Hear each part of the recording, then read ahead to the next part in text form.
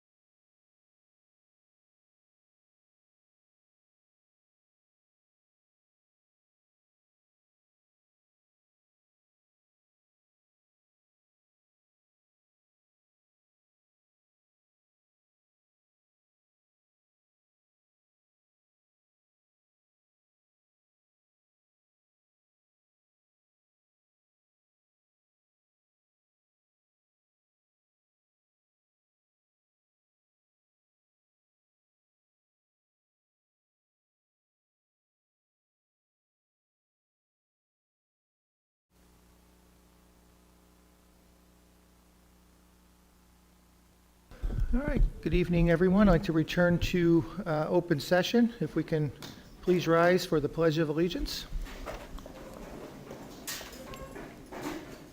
I pledge of allegiance to the flag of the United States of America and to the republic for which it stands, one nation, under God, indivisible, with liberty and justice for all.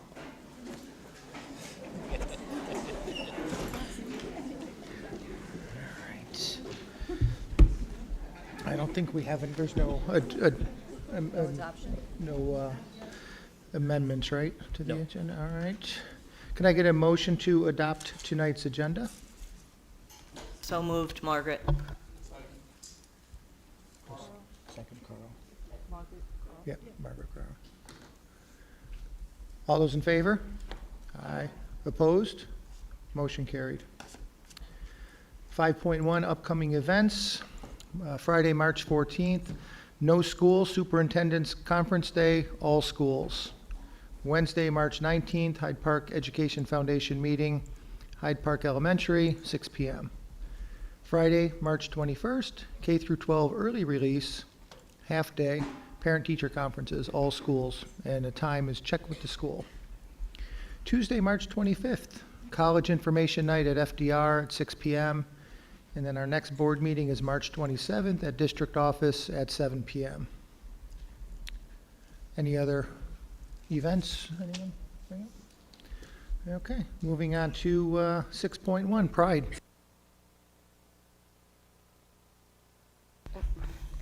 So starting off with Netherwood, they would like to thank their transportation department, specifically their bus drivers, for participating and supporting their PBIS initiative.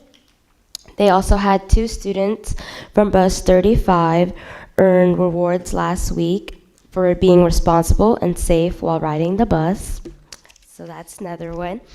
At North Park, they're very excited to share that the building has another real-world example of kindness and generosity, as well as gratitude.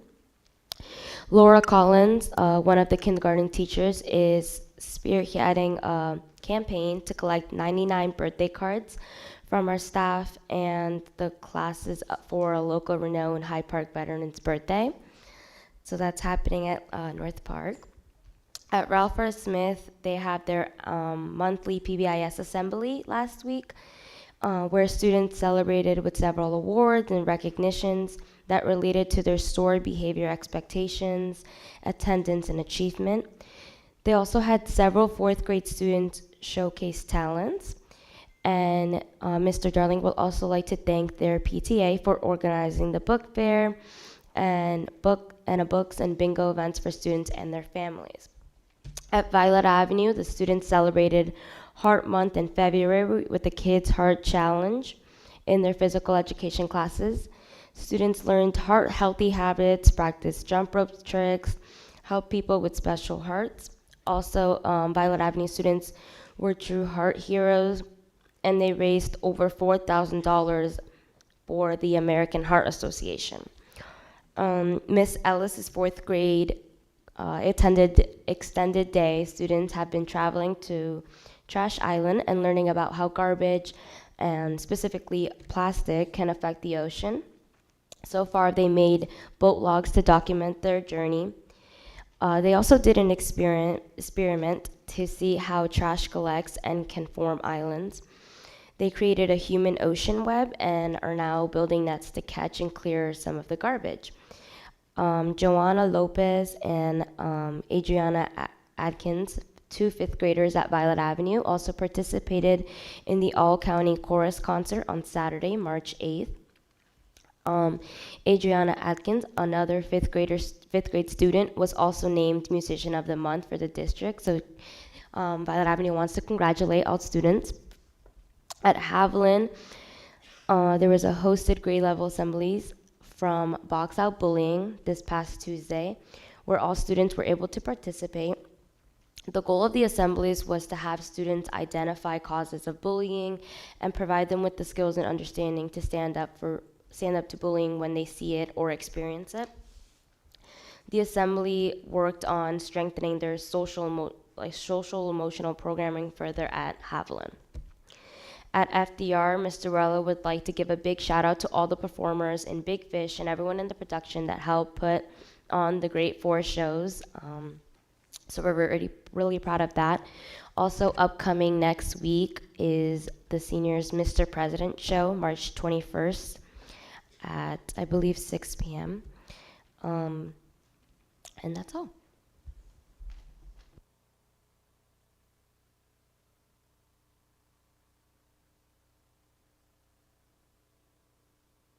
We want to continue with the Pride. So if you take a look at some of the slides here, we want to commend Mrs. Colburn's class for their outstanding speech presentations. They were giving persuasive speeches a couple of weeks ago, and they did an amazing job standing on that stage facing a large group. And so we had an opportunity to participate in that. So kudos to Mrs. Colburn and the rest of the teachers that were involved, as well as our students. We also want to recognize March is Music in Our Schools Month. We want to recognize all of the amazing students that participated in the musical Big Fish. If you didn't get a chance to see it, you missed out on an amazing performance. The students performed very well, the cast and crew, the vocals. I mean, it was amazing. And so these are some of the pictures that highlighted some of the moments of that particular play. We also want to recognize our district orchestra, as well as we have elementary students that participated in all county musicians, along with their teachers. And our district was well represented. And so we appreciate all of the musical geniuses that we have in our district that get to showcase their amazing talents.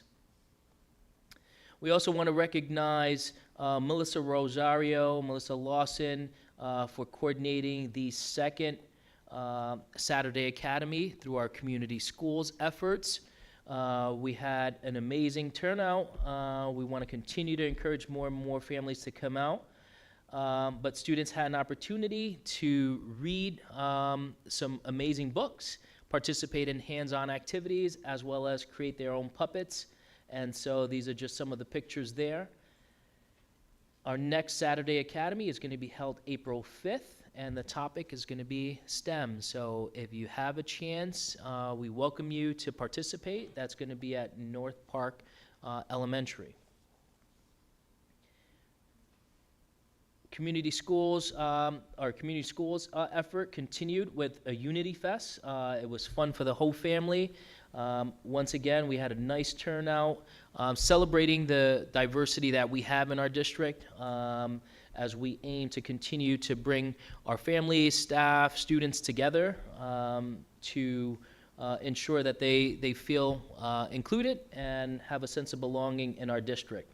And so we had some talents, we had some amazing foods from different cultures and countries, and some amazing dances.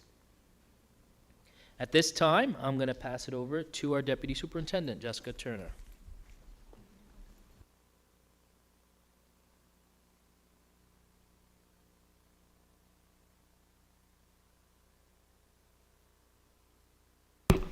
Good evening.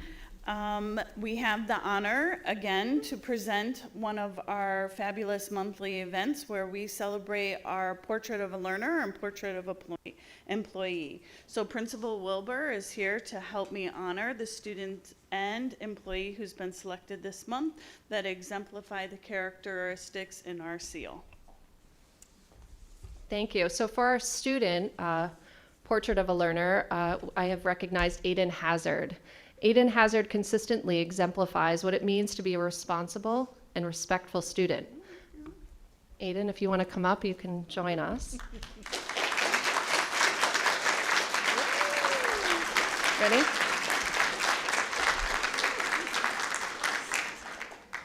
Whether it's putting forth his best effort on an assignment, working to reach a goal, or or simply being a reliable and supportive classmate, he consistently demonstrates a strong sense of responsibility and positivity. Aiden is someone who can always be counted on to do his best. He approaches every task with diligence and a positive attitude. For example, Aiden started the year with a personal reading goal that was really important to him as a student in Mrs. Gambino's class. With a lot of hard work and determination, he is exceeding his goal and making growth as a reader. It has been a pleasure to see how his determination and hard work have made him a more confident learner. Beyond academics, Aiden also demonstrates responsibility in his interactions with others. He is respectful, considerate, and always willing to lend a helping hand. Aiden understands the importance of being a good citizen and a responsible member of our school community. He is often seen and heard greeting others with a hello or a good morning, and it's always with a huge smile. His positive nature not only benefits him personally, but it also creates a positive and supportive environment for everyone around him. Please join me in congratulating Aiden Hazard for being an outstanding example of a responsible and respectful student.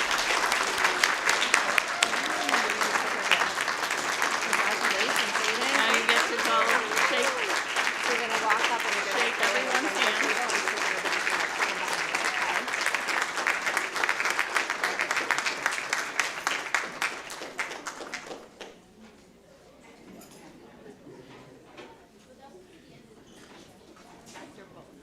Both up there with you and the board, and I'll snap a picture.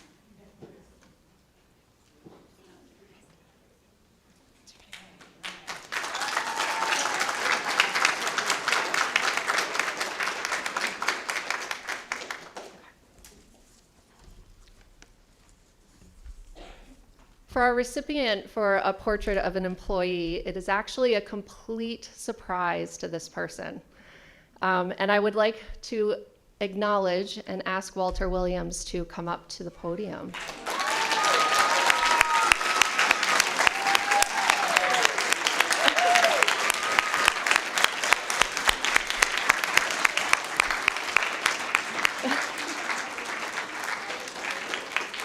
We are very fortunate that we were able to sneak Walter's family in at the last minute. We kind of did a little like, I'm going to take him this way, we'll bring him in this way. So I want to take a moment to recognize someone who plays a vital yet often unseen role in our school community, our custodian, Walter Williams.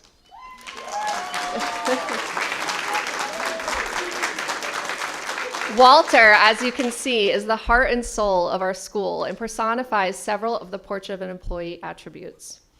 He is the one who ensures our classrooms are clean, our hallways are safe, and our building is a welcoming place for all of us.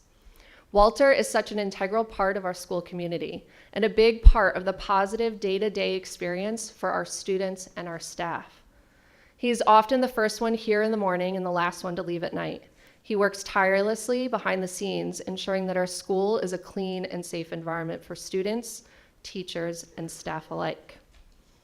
And thanks to his family, because I'm sure they miss him often when he's here at the school. Walter is more than just a custodian. He's part of our school family. He's always willing to lend a helping hand, whether it's fixing a broken hand soap dispenser, making sure classrooms are sparkling, participating in our PBIS videos, supporting our safety drills, even if he accidentally initiates the fire alarm, or simply offering a friendly smile and kind words. I've witnessed Walter taking the time to talk to students, staff, and visitors to make them feel welcome and offer support when they need it. I remember how welcome Walter made me feel personally on my first day here at Netherwood. His dedication to our school goes beyond simply doing a job. He takes pride in his work and is a true asset to our school community. Let's take a moment to show our appreciation for Walter Williams.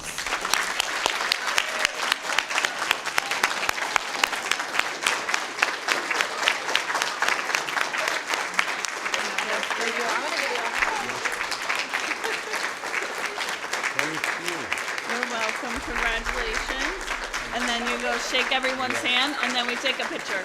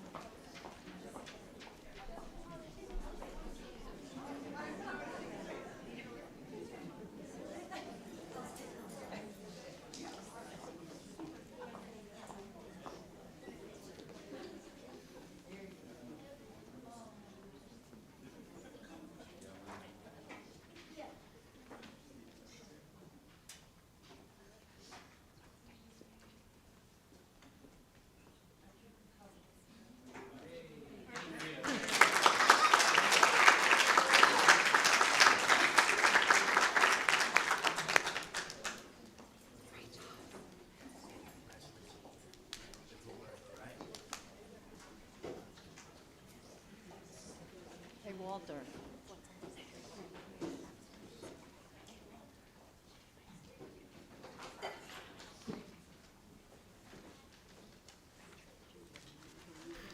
All right. Moving on to 7.1, Superintendent's Report. Let's give them both one more round of applause.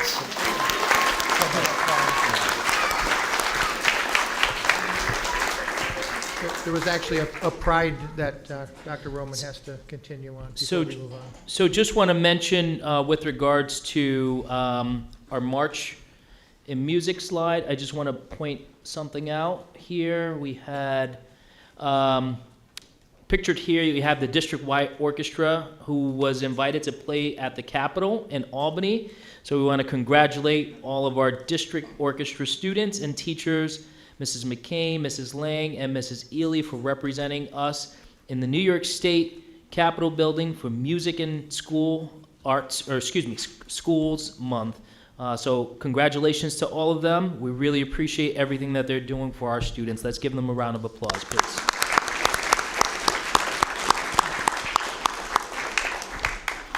Now we're on 7.1. One more pride, if possible. Oh, sure. So I got here a little early, and I had to say that Ms. Colbert, I got to meet the Let Me Run group out there, and they've been talking about how they've been running in the snow, they've been running in the rain. Now they had a nice sunny day, so everybody was very excited, and the kids said to me, please thank the board for making this happen. I think it was either Ms. Colburn or Walter who let me in, so great job, go Presidents. I was very impressed.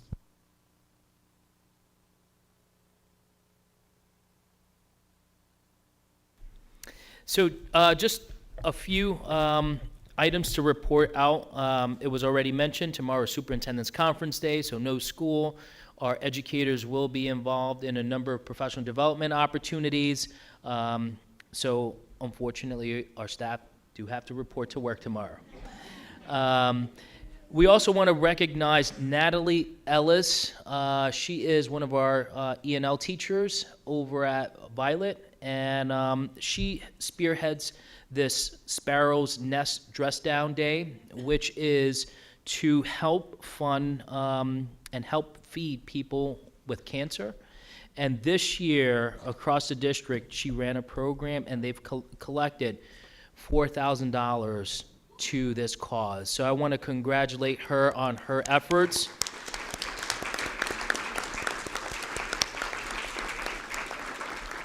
And our entire staff that have participated in that effort. And I already mentioned about the big fish. Again, if you missed it, it was an amazing show. Students brought the story to life with unforgettable performances, amazing vocals, heartfelt storytelling. We're so proud of the hard work that they displayed and their creativity. And those things can't happen without family supporting, without our teachers and support staff helping students share their talents, their musical talents. And so just want to say thank you on behalf of the board to the amazing crew and cast for that outstanding performance. And that concludes my items. Okay, moving on to 7.2, our Netherwood update with Josephina Wilbur.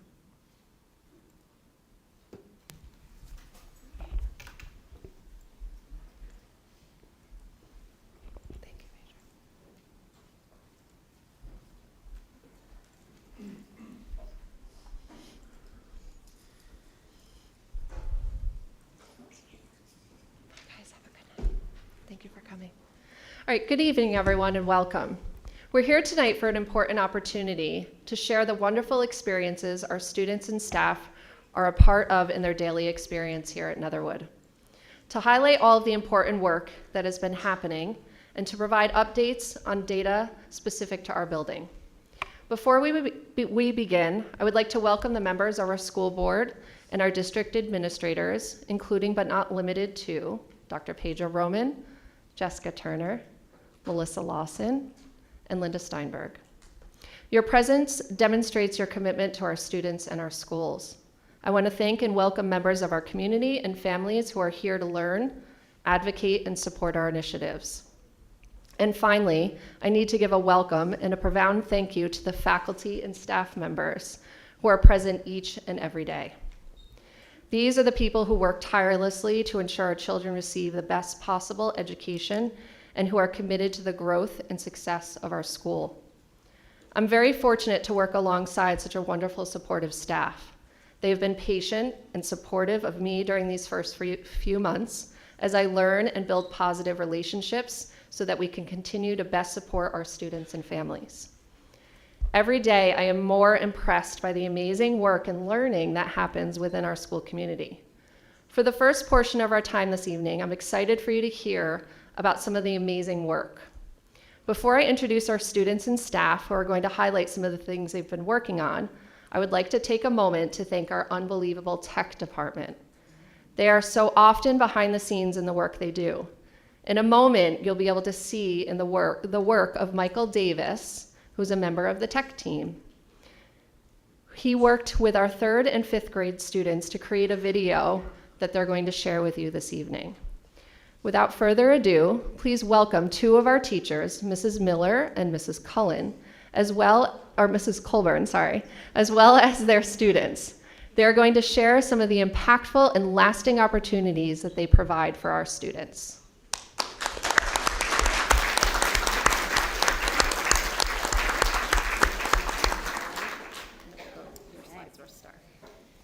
Good evening, everyone. It's nice to see some familiar faces. My name is Joan Miller, and I teach 3rd grade at Netherwood, and this is Colleen Colburn, and she is one of our wonderful 5th grade teachers. So before we begin, we want you to just take a minute, just to imagine.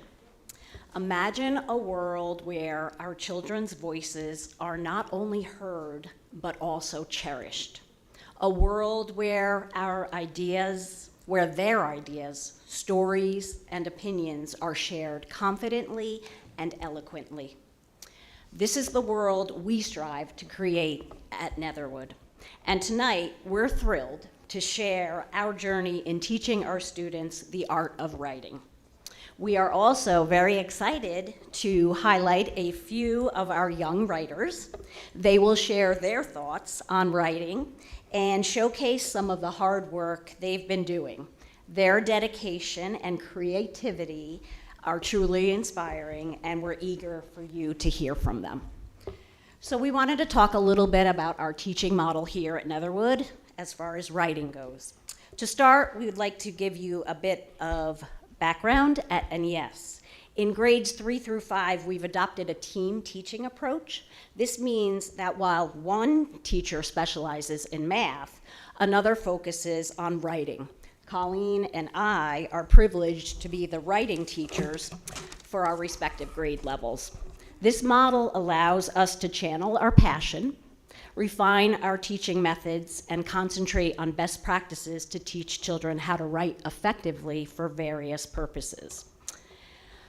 Part of our philosophy, we strongly believe, is it takes a village to help students to find and develop their unique voices. One way we do this is by connecting our current students with alumni to inspire and motivate them. The slideshow, just click. So if you notice on our slideshow, there is a student. His name is Braden Hall. He is a former Netherwood student, a former Hyde Park student who is now in college, but he generously comes back yearly to share a baby memory that he wrote in 3rd grade. He talks about how he went through the writing process of listening to a family story, taking notes, and turning it into an engaging narrative filled with action, dialogue, and descriptive language. This interaction excites our 3rd graders who see Braden as a writing role model, igniting their enthusiasm and belief in their own storytelling abilities. Right there and then, with the help of Braden, we have our writers hooked. So, sure. And also, he would have been here tonight, but guess what he's doing? He's currently tutoring fellow college students at Dutchess. in the In area writing. in the area of writing. So we're very proud of him. Here are a few slides showing our students after they went through the whole process of going home and listening to a baby story. And they love to share those stories, going through that process of writing and sharing the story of our lives, which we all value each other's stories. So that's very important to us as writers. Another key part of our writing initiative is the Buddy Writing Program, which pairs 3rd grade and 5th grade students. And if you notice the slide up there, you can see some of our 3rd and 5th grade buddies working together. This collaboration fosters teamwork, it enhances communication skills, and creates a fun, engaging environment for all of our students. 5th graders become the mentors, guiding their younger peers, building friendships, and developing leadership skills through the writing process. This peer-to-peer interaction encourages constructive feedback, allowing students to learn from each other and improve their writing through collaborative discussions. We have a special video, as Fina said, created by Michael. He came into the classroom and captured a little snapshot. The video you're going to see is our 5th graders listening to our 3rd grade stories, and they're offering them glows and grows. So you'll see some of the kids holding these papers, which are the glows and glows of a good quality writing a narrative. Now, how do I just play that? One more time. Okay. 5, 4, 3, 2, 1. 5, 4, 3, 2, 1. 2025. Have you ever had a proud moment? My proud moment story of 2024. Have you ever felt like you were going to explode because you were so excited? Have you ever been on a cool ride that is big and fast?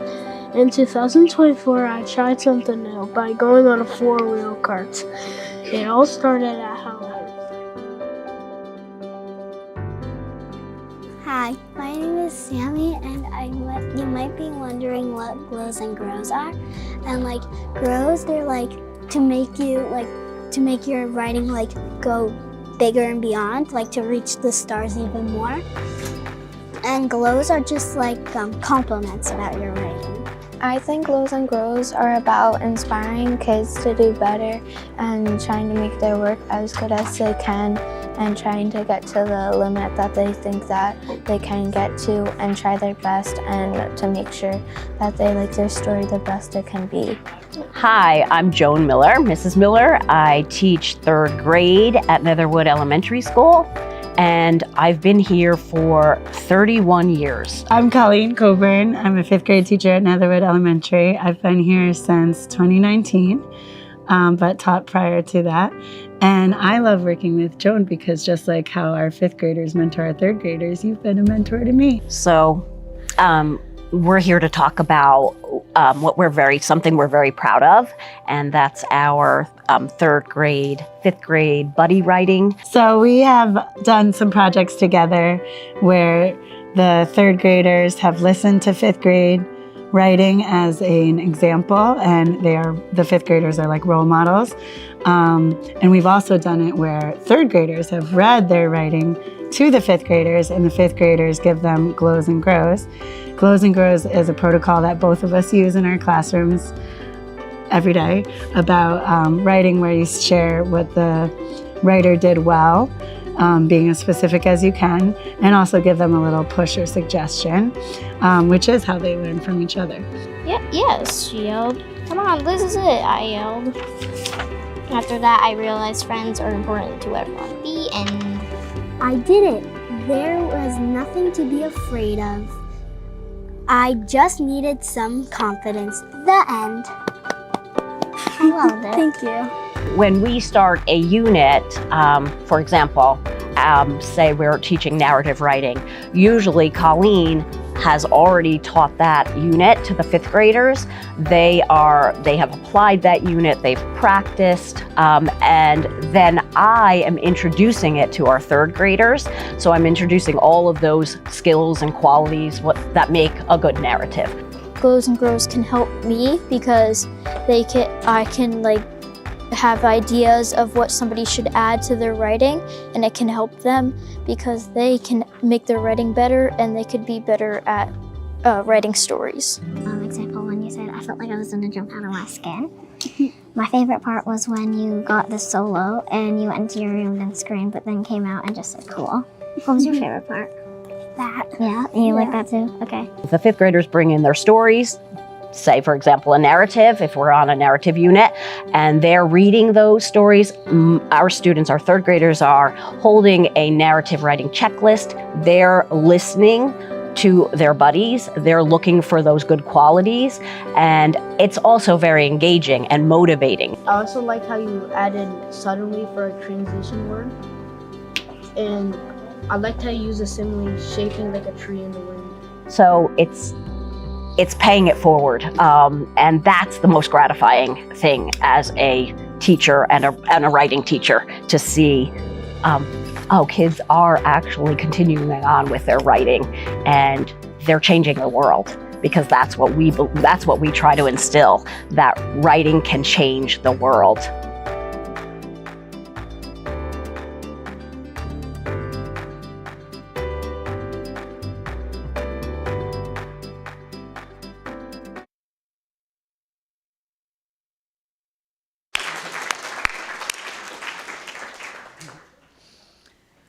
Okay, so speaking of how writing can change the world, and we must be the change we wish to see in the world, we believe in writing for change. So this was one example of that, where we did our Voices Matter and our speech writing competition, which importantly, we had wonderful guests there, the 3rd grade buddies. We learned we're ready to write our speeches because we are very motivated to see our 5th grade students doing the same. A couple of other things we wanted to share as far as other units we have done where we're teaching children to find their voices. The 3rd graders do a biography research project, and they get to choose a person that they would like to learn about, a world changer, and they research that person. They do the reading. So if you see the slides, they start the research, and we can't, as we said, it takes a village. We can't thank our technology department enough, because the technology that we're able to use now for writing is extremely motivating for our students. One program specifically that we love is Epic Books. That allows our students to have lots of access to books they may never get their hands on. They get those books digitally. We did a lot of our biography research through that, so children who might have wanted a certain person and we didn't have that book, we were able to access it through Epic Books. So we love our technology department. We also use a lot of trade books and order books that people that kids can relate to and speak to them. So we have a lot of variety of different people. And this is also another digital platform we are now starting to use, and it's really taking off. This is our digital platform called Book Creator, and we can't thank our librarian, Mr. Rebholz. And he assists us in that technology and library collaboration. 3rd grade collaborates with the librarian every cycle, and he teaches the children the technology piece. So they all learned while they were learning this how to write an informational book, they were learning how to do it digitally. And you can see an example of one student's book, how she was able to turn it into chapters, add a table of contents, photos, and it really was dynamic and very, very engaging to go through that process. So we love our technology. This is part of Book Creator. Every student book student who decided to do it digitally, it goes in the digital library, and all of the students have access to read each other's books, which was very motivating for them. They were very eager to read their peers' books. And it's all about the process to the product, and the process is most important, but this is the end product of our World Changer biography presentation. Each student got to dress up as that person, come as that person, and they presented their book from book creator. So you can see we have a variety of activists, peacemakers, caregivers, Harriet Tubman, from Harriet Tubman to Malala, to Clara Barton, Anne Frank, scientists, Albert Einstein, Mae Jemison, musicians and artists and entrepreneurs, to our many, many athletes. We had a lot of interest in learning about our athletes. So these were our very, very eager students. And there was not one student who balked at this assignment. They were so engaged and so motivated to go through the entire process. And there's our Anne Franks. And then you can see them presenting, our Frida Kahlo, and you can see the book on the book creator in the screen, and that's how they taught their peers about their person. And fifth graders also did this project a couple years ago, so that's how we kicked it off and introduced it, and of course our third grade students started right away. Just a side note, in a couple of weeks, talking about former alumni coming back, we have a very special visit from one of our own Hyde Park students who has recently become a published author. Am I speaking too loudly? No, you're doing great. I probably don't need the microphone. This is Miranda Cogan. She reached out to me a couple of months ago and told me that she wrote a children's book.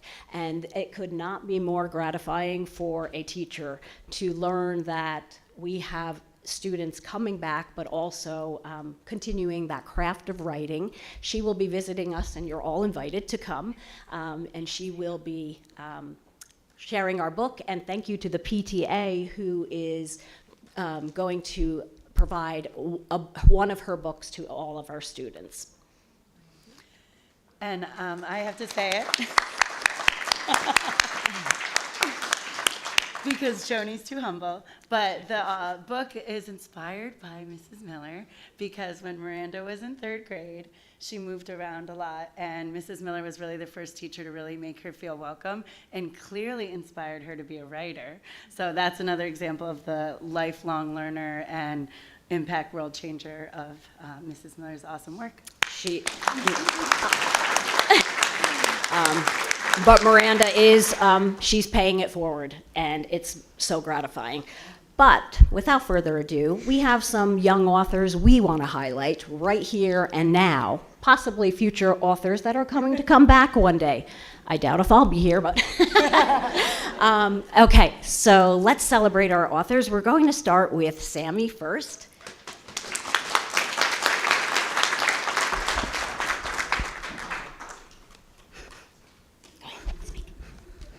Hello, my name is Sammy. I am in third grade in Mrs. Miller's class. I like writing and use the power of the pen to express my feelings and tell other people about my life. I will read a part of my narrative that expresses something I am proud of. Suddenly, someone chose me to go in. My butterflies kept on adding. When I walked in the room, I didn't see my aunt. I didn't think I could do it, but I worked so hard I had to. So I walked in there and did a lyrical dance, and it was by Jojo Siwa. The song was Get Back to That Girl. My whole body was flowing like the waves in the ocean. My face was smiling as big as a slice of watermelon. I was hurting a lot. I was thinking to myself, Sammy, you can do this. Sammy, you can do this. Before I knew it, the song was over, and the teachers were clapping as loud as an engine running. Suddenly, I ran out of the room, almost screaming. I did it. I felt so proud I could scream.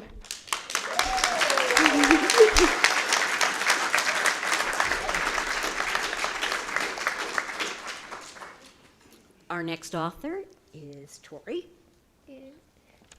Hello, my name is Tori Van Steenberg. I am in 3rd grade in Miss Collins' class. I like writing because it feels like we are on a TV show because we are saying things out loud like a star. Always remember to reach for the stars. I use the power of the pen to share my thoughts and feelings. I will read a part of my narrative about when I stood up for someone.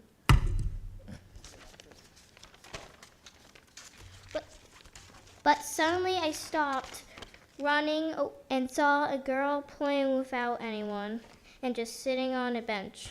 So I walked up to her and said, "Hi, Hannah, why are you just sitting and not playing anything?" I wondered. Because no one wants to play with me," she sobbed in my face. I felt like a towel when someone showered and soaked the towel. Are you okay?" I said really quietly. "No, I'm not okay." "Why?" I wondered. Because my dog died," she sobbed. "Do you want to play with me and my friends?" I said. Yes," she yelled.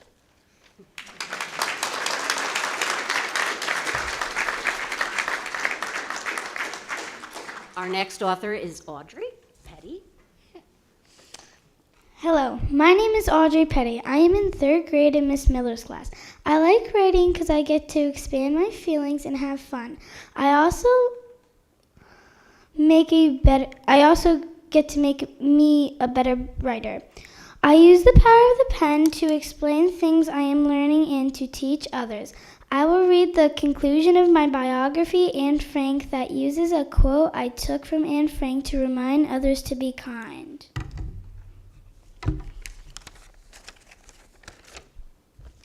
Conclusion.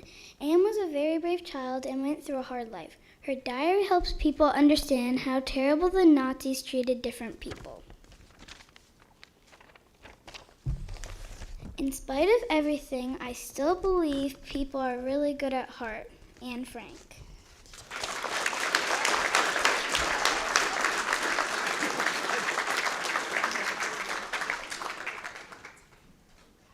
Our next author is Luke Paul.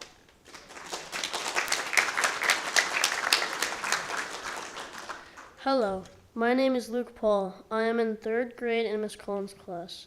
I use the power of the pen. I like writing because you can use many strategies like your figurative language. I like expressing my feelings and reading stories out loud. I like writing multiple paragraphs.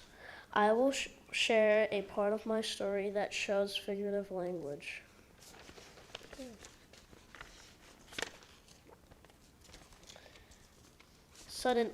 Suddenly, we both jumped in the car and we raced to the mall like a swimmer in the Olympics.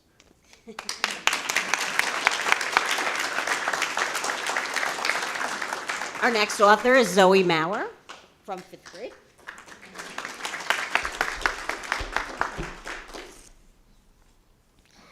Hello, my name is Zoe Maurer. I am in 5th grade in Mrs. Coburn's class. I like writing because it expresses my thoughts and feelings and states it in many ways. Another reason I like writing is that there is no wrong way of writing. That is just a couple of reasons how I use the power of the pen. I use the power of the pen to share my opinions and persuade others to change the world. I'm going to read a part of my speech on how kids shouldn't use social media. Social media is something everyone uses and loves, but not everyone knows the bad side of social media. Do you know there's a study showing people in real life are nicer than on screen? You cannot see them, they don't know who you are. If kids weren't on social media, they would find the courage to tell them in person and have real life conversations. This can help you in the future by speaking to get a job. My reasons today is social media is bad for health, not good for schoolwork, and people can get cyberbullied. Do you want to hear shocking news? A 13-year-old girl would rather not eat for a week than have her phone taken away. Would you want your kid or friend to react like that girl?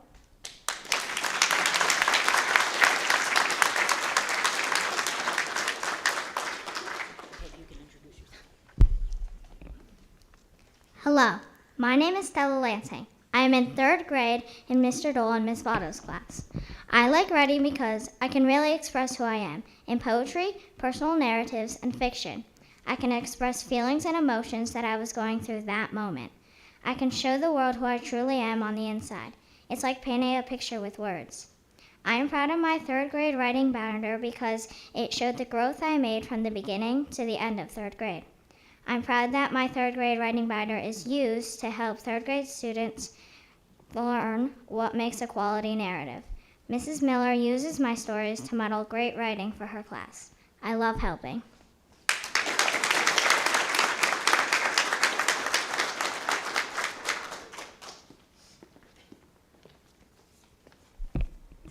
Hello, my name is Wesley Turner. I am in 5th grade in Miss Coburn's class. I like writing because you can express your thoughts and tell stories. You can write something that is important to you. Writing is also fun because you can have creativity. I am proud that my 3rd grade writing binder is used to help 3rd grade students learn how to write informational books about different countries. The informational book I wrote was on Argentina, and Miss Miller uses it as a mentor text so the 3rd graders can study it.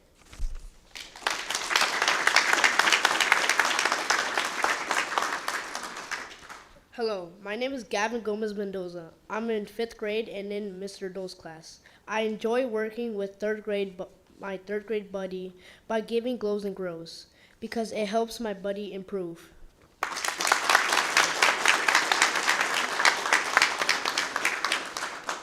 And thank you for listening to our authors. Thank you, authors, for sharing your wonderful work. And that's the end of our presentation.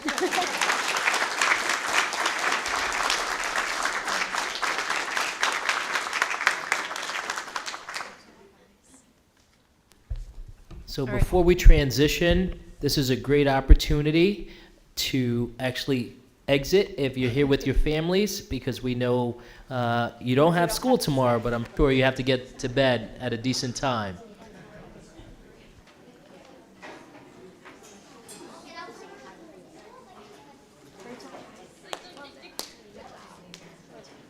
Thank you so much for bringing that. Thank you.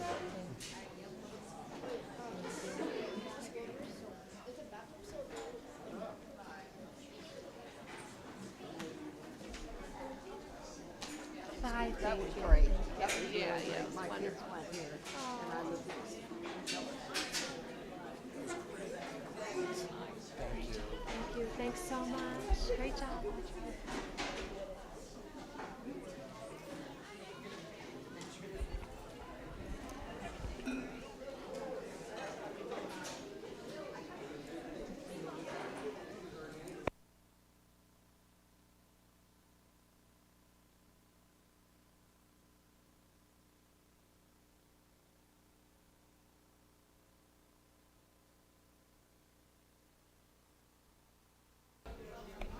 All right, it's really hard to follow that. It's honestly such a pleasure and rewarding to see what our students are really experiencing every day when they're here at Netherwood. You know, you get the opportunities to walk into the classroom, you know, and you see little snippets, but really when you see the culminating, you know, projects that they're working on and the ways that they're engaging with each other, it's very, you know, uplifting and motivates us. So I'm going to start off with talking about some of our building goals. We have 3 goals here at Netherwood. The first one, and probably first and foremost, is creating a positive and inclusive school environment, leading to improved behavior and a sense of belonging. I think that Mrs. Miller really demonstrated, you know, how we're doing that within, you know, the products of the classroom. The other goal that we have is connected to also our district goal, which is to improve attendance. And then we're also trying to maximize student achievement in literacy. That really comes out of some of the data you'll see here and over the last couple of years. So some of the action steps that we're taking to reach those goals for our positive and inclusive school environment. We took some time to kind of enhance and refine our PBIS initiative. Last year, they were working on some building PBIS goals. This year, we kind of transitioned a little bit for students to receive more individual praise in order to improve behaviors and making sure that students are following the rules of the school. We are also ensuring that students see themselves in class materials and curriculum and activities within the classroom. We have spent some time, even at our last faculty meeting, doing a little bit of an audit within our spaces and our lessons to make sure that our students are being kind of seen and represented in their backgrounds and cultures are happening within the instruction that they're receiving each day within the classroom, whether that's the music that they're singing in music class or the lesson that's being presented up on the TV within the classroom. We're also providing tiered support for our students with behavioral challenges through counseling and behavior intervention plans and collaboration. I really have to give a big shout out and kudos to our counseling staff. Having the addition of a school counselor in conjunction with our social worker and our school psychologist has really kind of created a really strong team approach in how we can support students, especially if they're having challenging behaviors or a difficult day. So they are really integral to the work that we're doing there. We're also providing lessons on managing emotions and building relationships and making responsible decisions using our MTSS model. Our school counselor has been really, really important in that piece. She's pushing into classrooms and doing some instruction and really working well and teaming with our classroom teachers, to work on social emotional pieces within the classroom. As far as attendance, we are structuring family engagement nights outside of the school day. I really have to give a huge shout out and thank you to our PTA. They are really a huge part in helping us to build those family engagement nights. Last night we had a Lego night and it was packed in here. We had parents building, students building, siblings building Legos. We even had a fire walk where students were walking on the Legos with bare feet. I was a little worried with all the little Lego pieces that it was kind of like glitter. It might be in here forever. We are also, for attendance, we formulated and implemented an attendance team that meets regularly to look at attendance and how we can support families, right? A lot of, the attendance pieces, students being absent aren't just, sick. Maybe there's some support that the family needs. Maybe it's connecting them to community schools. So we take time as an attendance team to sit down and go through the students who are listed as chronically absent. Some might be, students that we've already identified and have some medical needs that we know that we don't have to reach out to every, so often, but then there are other families that we're reaching out to and offering support, not as a gotcha, but, to kind of lend an ear and have conversations and find ways that we can help our families to get students here at school. We also created within that team a document to support that communication and make sure we're keeping track of attendance and improvement. And then we're providing time and support for staff. We hear that often as administrators, even for ourselves, having time to be able to work on initiatives.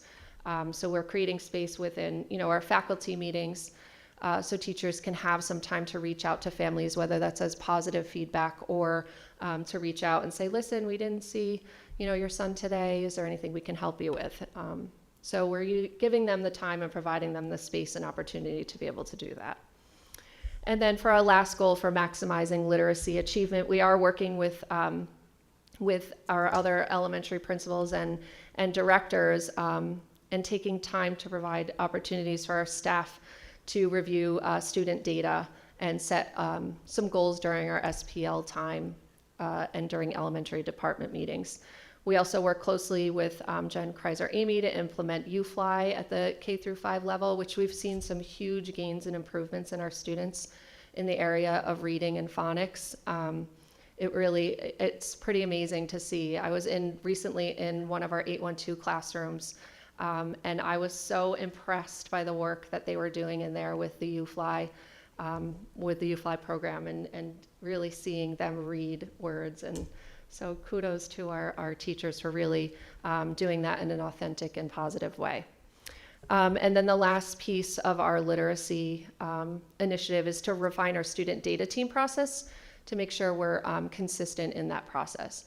And in our data team process, we are using that to help make best decisions to provide supports for students. So when we meet as a data team, we can if we can get the way that team is set up,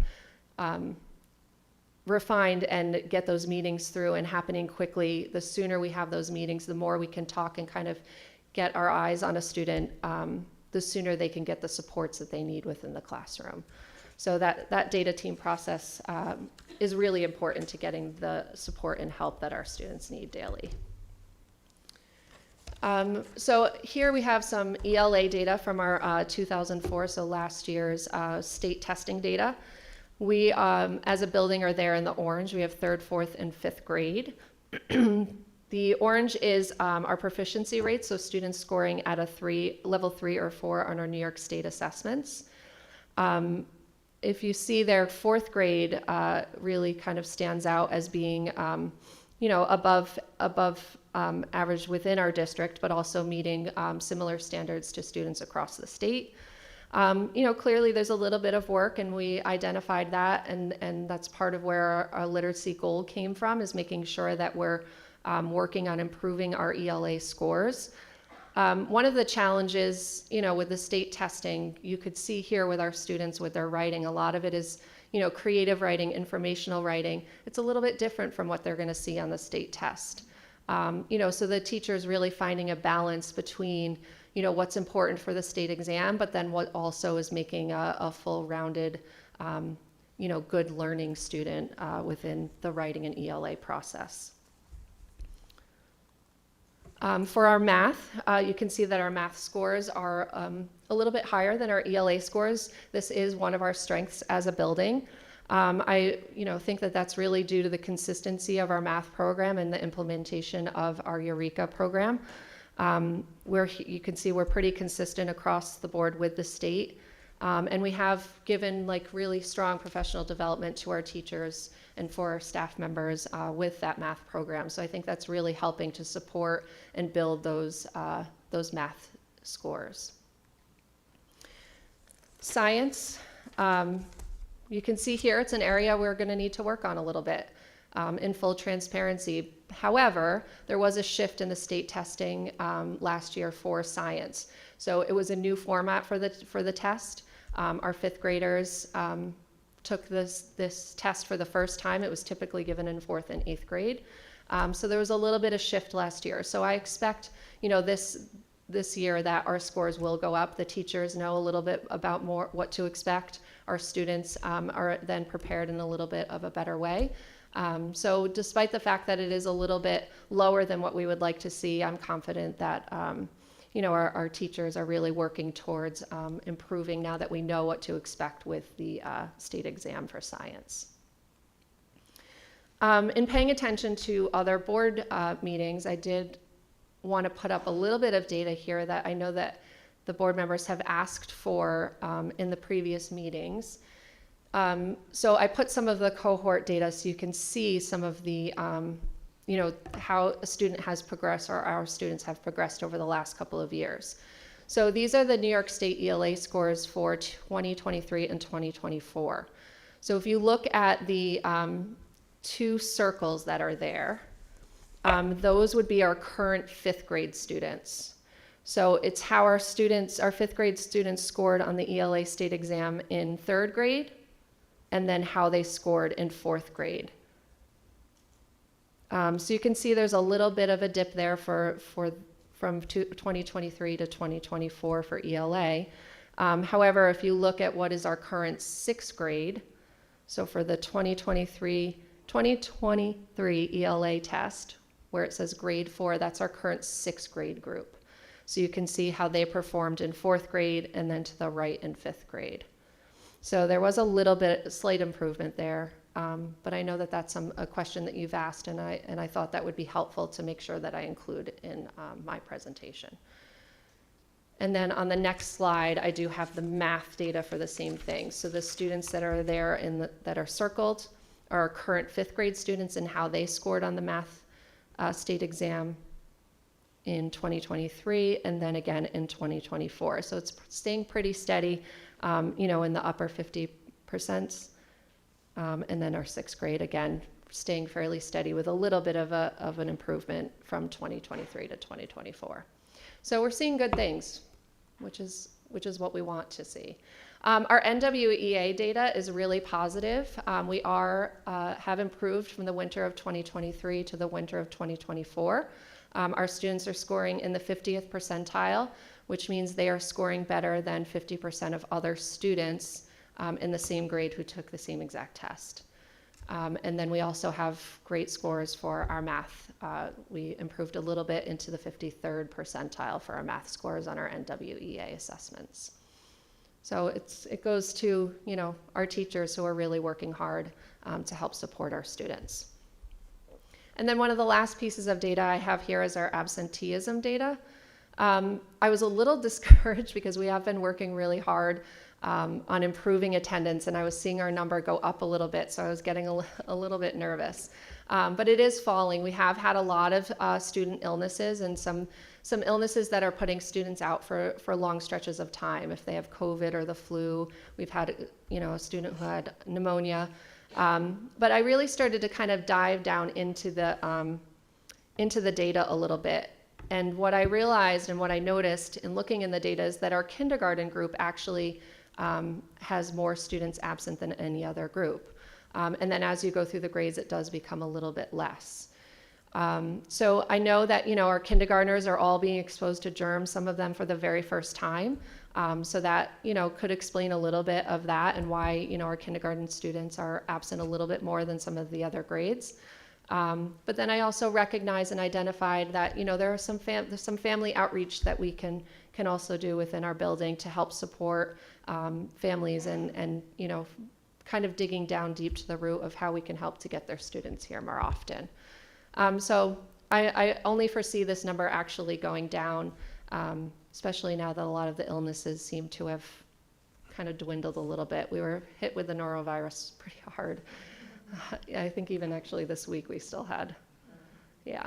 So I want to say thank you again to my staff, because as you can see, we have a good group here that even comes and shares in our glory and sometimes in our struggles. But they really are a family, and I really appreciate them for all the hard work that they do. So,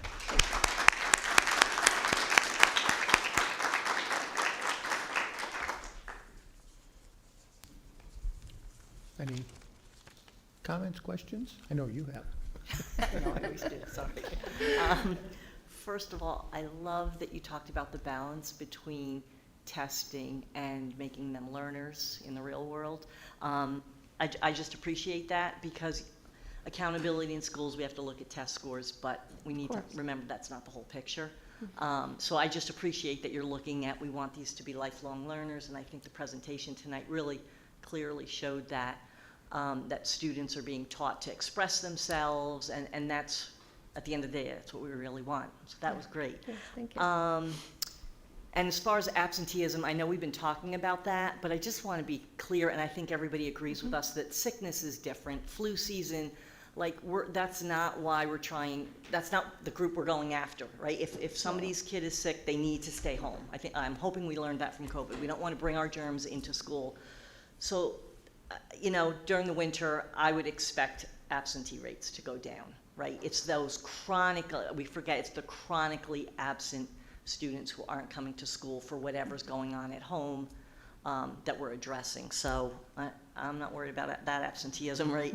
And the question I had really was just, you're new to Netherwood, so I'm curious, what would you say is the greatest strength here at Netherwood, and what's your greatest need? We're going into budget season, so I'm just curious what the needs are.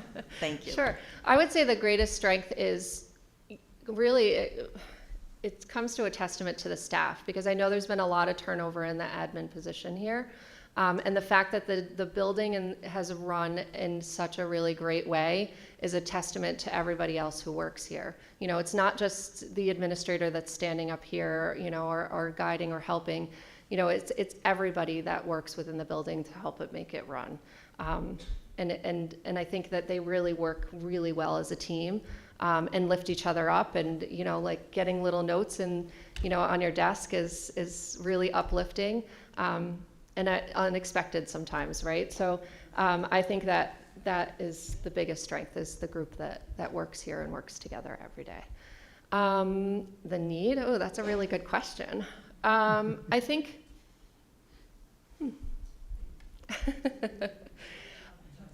No, it's okay. I think really just taking the time to listen to the staff and what they need. And I know that, the literacy piece, they work really, really hard. And as you can see, even with the writing side of ELA, right?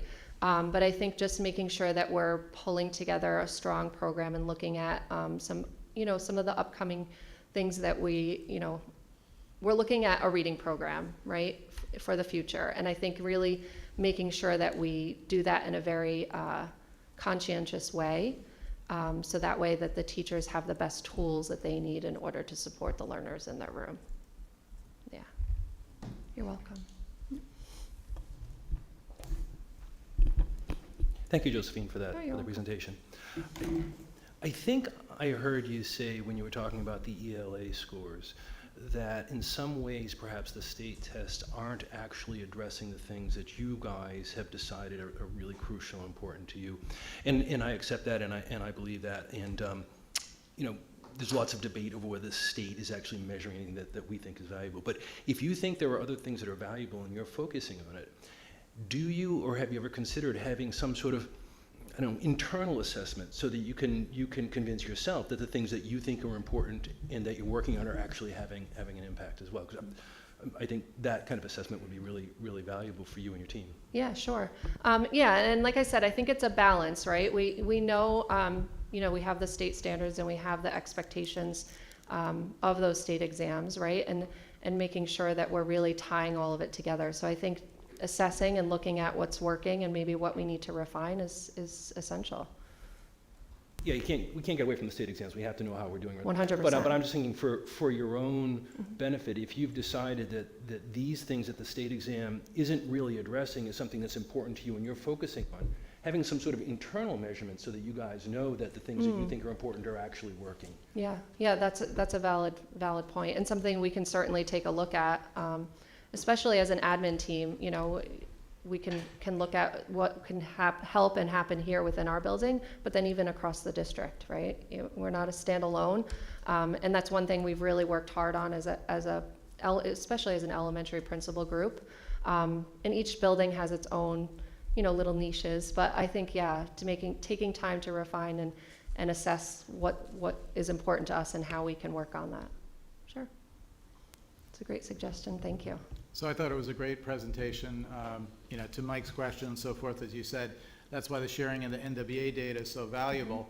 All schools have to obviously follow the New York State curriculum, and then they have a choice to pick a local assessment, which could be an NWA, it could be an iReady, it could be a variety of 9 different tests and so forth. So seeing that data year to year is very helpful because that's another metric, sure, not just the state one, which is not an adaptive test.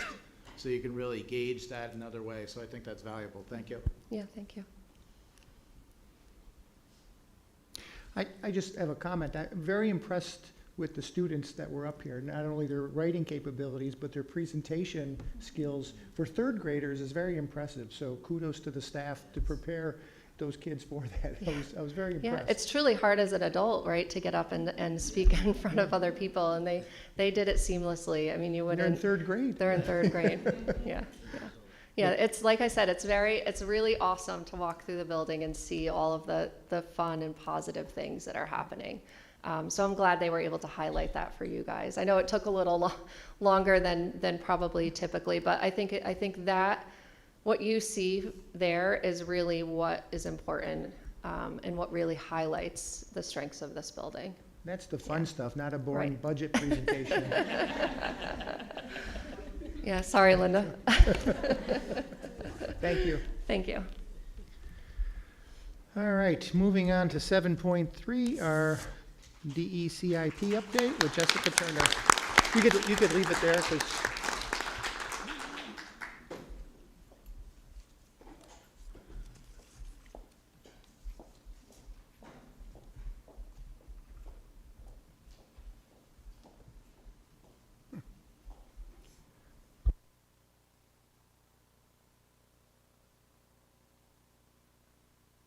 Yeah, thank you.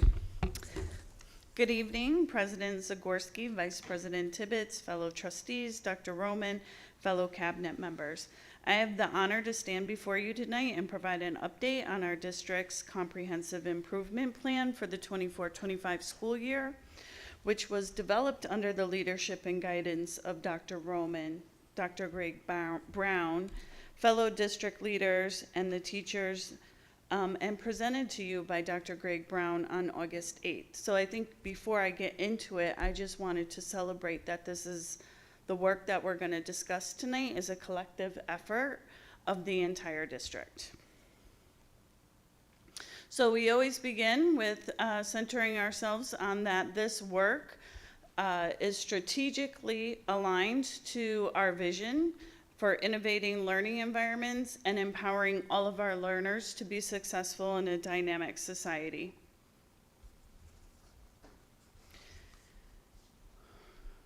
So here we have our identification process, which was presented again to you on August 8th.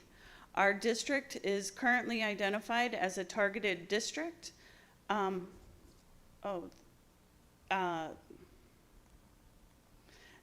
Currently identified as a targeted district, and Ralph R. Smith is a targeted support school in need of improvement. The identification is a result of the assessment performance from the 23-24 school year, with the plan being developed and implemented across this school year. And you may recall Mr. Darling providing an update on his school plan in his fall presentation. So the district plan serves two purposes. One is to support the improvement efforts of our identified school, and two, to support improvement efforts collectively across the district. We are currently identified low performing for literacy, English language arts, and specific subgroup are students with disabilities at Ralph R. Smith. I want to orientate ourselves to this year's plan. Priority 1 focuses on consistent, equitable, accessible learning environments with a main focus this year on professional development specific to the science of reading. Also co-teaching to support the special ed model that we have inside of Ralph R. Smith, and specific instructional goals with a focus on our Tier 1 scope and sequence documents. Priority Area 2 focuses on mutually accountable learning environments with a through line of our goals, focusing on social emotional needs of our students and families. And Priority Area 3 focuses on data-driven decision-making to increase student outcomes with a major through line of goals, of the goal of enhancing our goal-setting process, focusing on data visuals and progress monitoring. Now we're going to go into the specifics of each priority area, where we'll go over what the goal was, our current progress, and what our next steps are.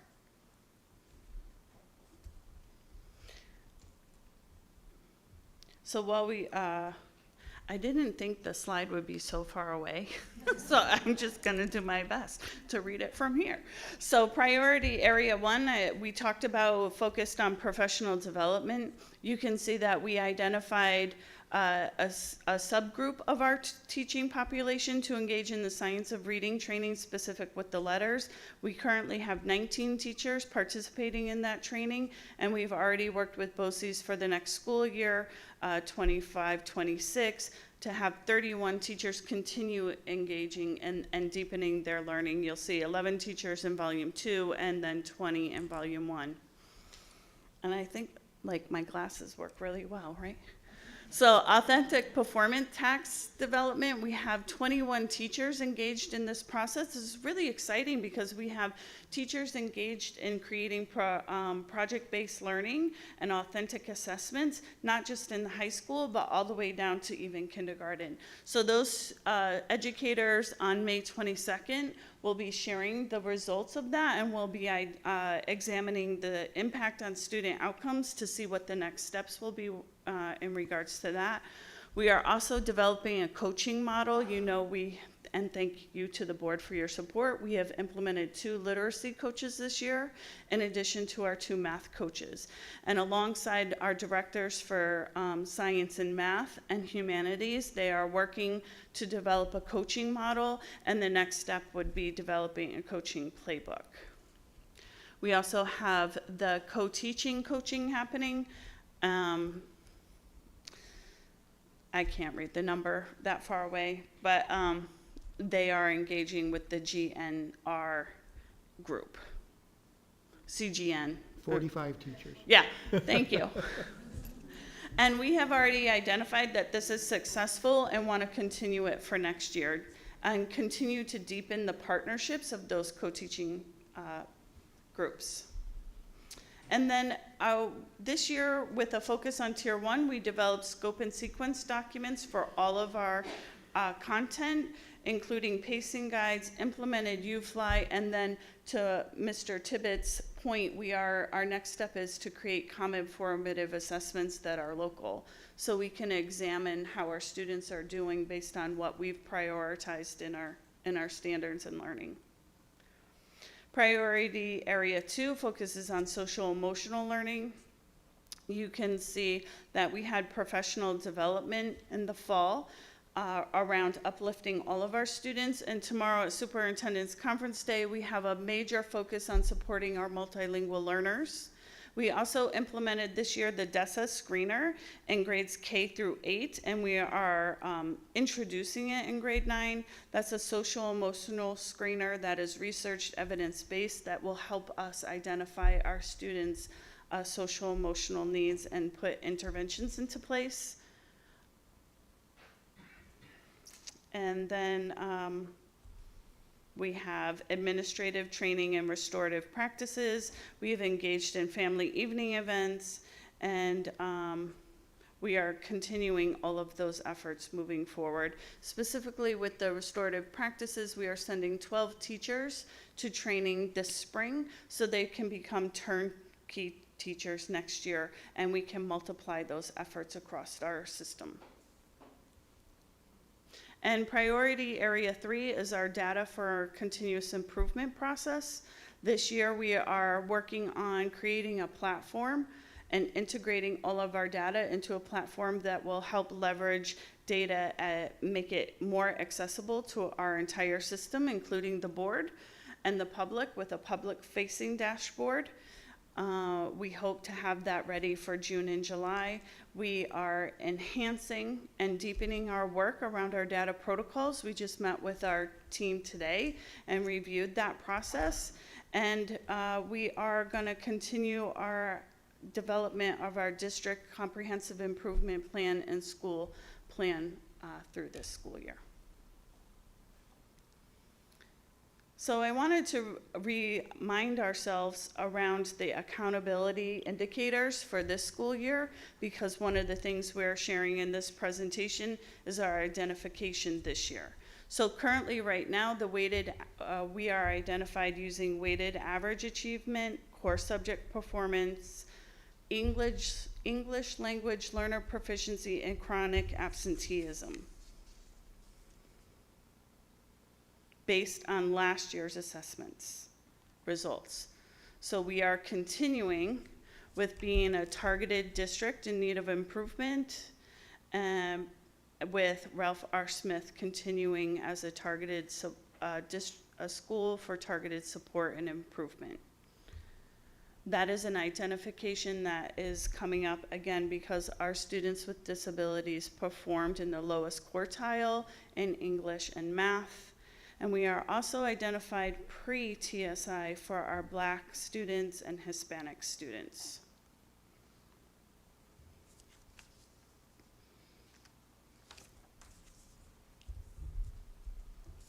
As we conclude tonight's briefing on our DSIP, I wanted to share that the state has made some revisions because they like to change things mid-year. So some notable revisions include that in the previous slide, where we're identified this year, subgroups were set at 30. The state is decreasing that number to 10.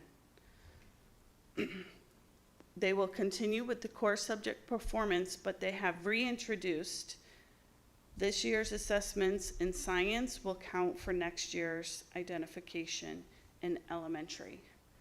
This year's social studies will be reintroduced into high school and account for next year's identification indicators. Graduation rate will stay the same. College career civic readiness will be reintroduced as an indicator for our high schools, and attendance is going to have a new calculation, and they're renaming it attendance and replacing chronic absenteeism. They are also adding in growth for elementary, so it won't be just performance and achievement. They're also adding in a growth indicator. So year over year growth will be included in our identification process. In being proactive, we reviewed these new indicators with our administrative team today, and we'll continue to use them as we gauge our work throughout the upcoming months. Oops. Any questions?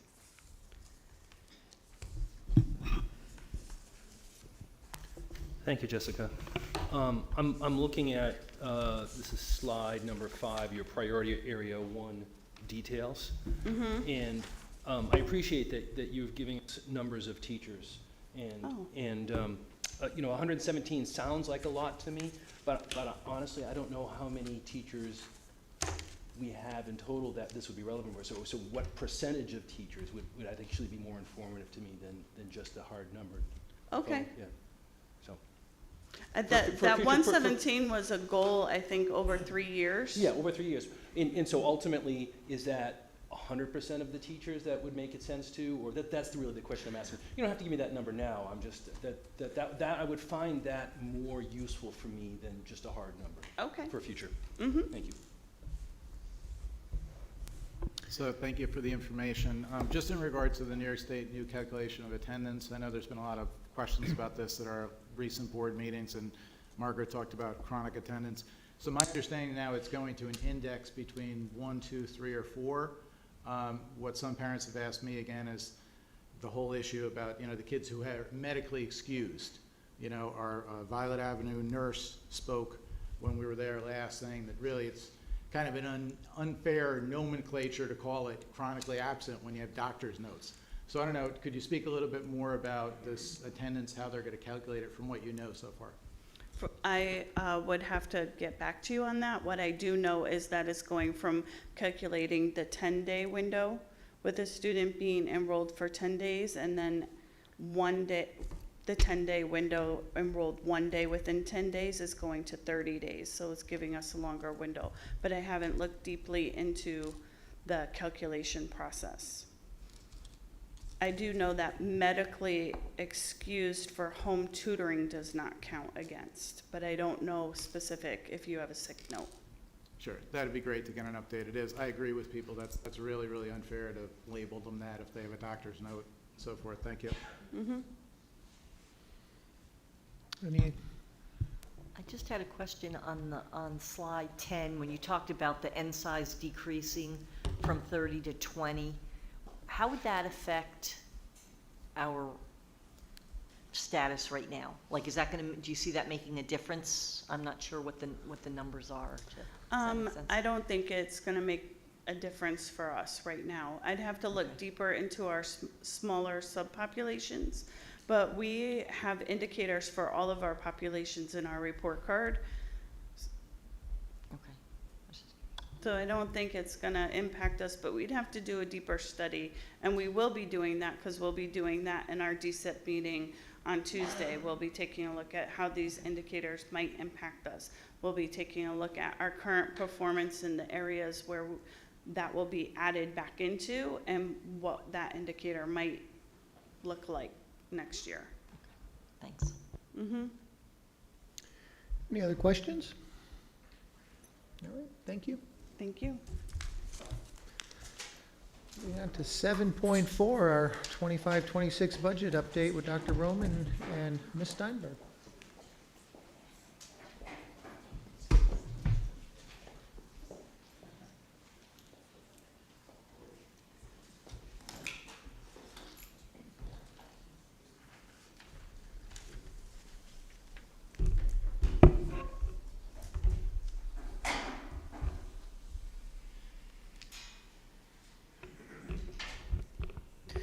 Good evening, everyone.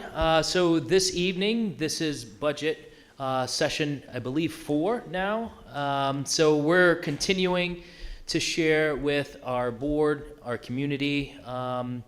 This evening, we're going to be paying specific attention to our tax cap and our tax levy increase, but want to ground our discussion around the 4 key drivers that have remained consistent throughout our presentations. That's first and foremost, number 1, to preserve our programs and services for our students. Number 2 is improving efficiency and effectiveness. 3 is whatever we try to do in this upcoming budget, that we're keeping in mind financial stability, sustainability, and the impact on our tax payers.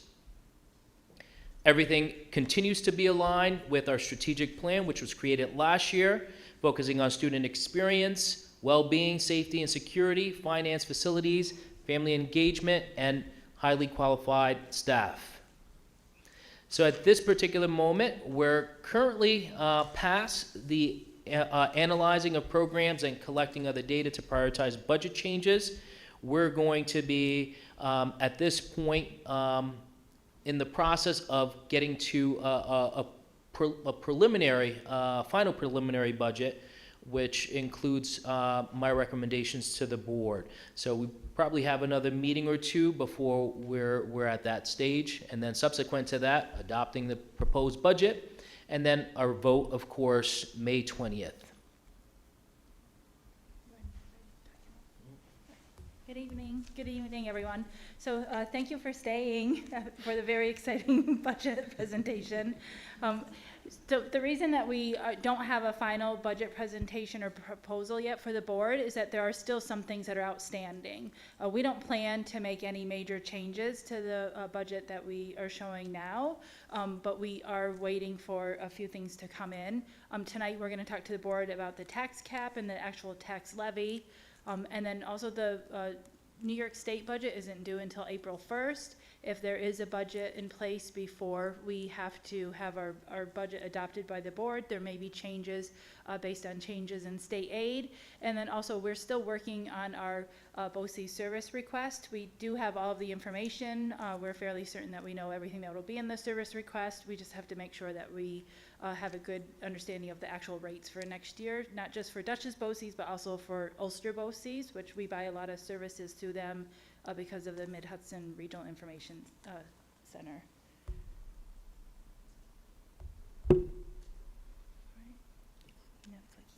Thank you. So we did talk about the tax cap calculation last time. This sheet here just shows the actual maximum allowable tax levy that the district could go to, which would be a 2.43% increase or $1.7 million. In the first, the 24-25 column, we're showing the calculation for the current year. I will remind everyone that when we set the budget for this year, we did go out to the maximum amount of the 3.61% tax levy increase. There are a number of factors that caused next year's maximum amount to go down a little bit. Most specifically is the tax-based growth factor. That's the factor that considers the actual quantitative change in properties in our district. For the current year, when we were building the budget last year, it was a change of 1.44%, but it's less than 1% for next year at 0.82. And then another big change is the fact that we had 2 pilots that started this year. One of the pilots is for the Sake Brewery, and the other one that just started was for the Bellafield Hotel. So that brought our pilots from about 88,000 up to over 700,000. I think that's good. In terms of what we're proposing, just keeping in mind these key decision drivers. So this year, we are confident that we will be able to achieve the key drivers that we just reviewed, and recommending that we, despite the fact that our tax cap is at 2.43%, we're recommending that we come below the tax cap, that we are able to continue to sustain our programs, enhance some of our programs, continue to be efficient in our expenditures, and still be able to sustain the programs that we currently have. And so what we're recommending is a 2% tax levy increase. Now, this is interesting. It's coincidence that this 2% is exactly at 2% versus the tax cap, which in the past, this 2% notion really isn't a 2% cap. It's based on the calculation that Linda had described. But nevertheless, what we're saying is we want to come below the maximum tax levy increase at 2% compared to 2.43% that we can go up to.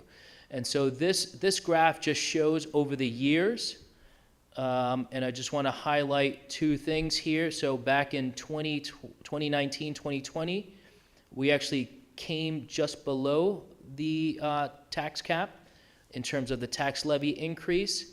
Since then, as you can see, we've gone to the tax levy limit, or the tax cap limit, and then this upcoming year we're proposing to go just below the tax cap.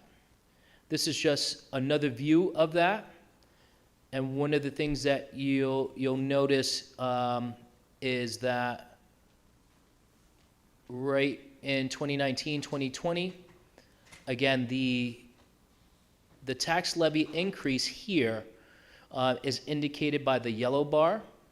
So once again, just coming below what the tax cap was at that particular time.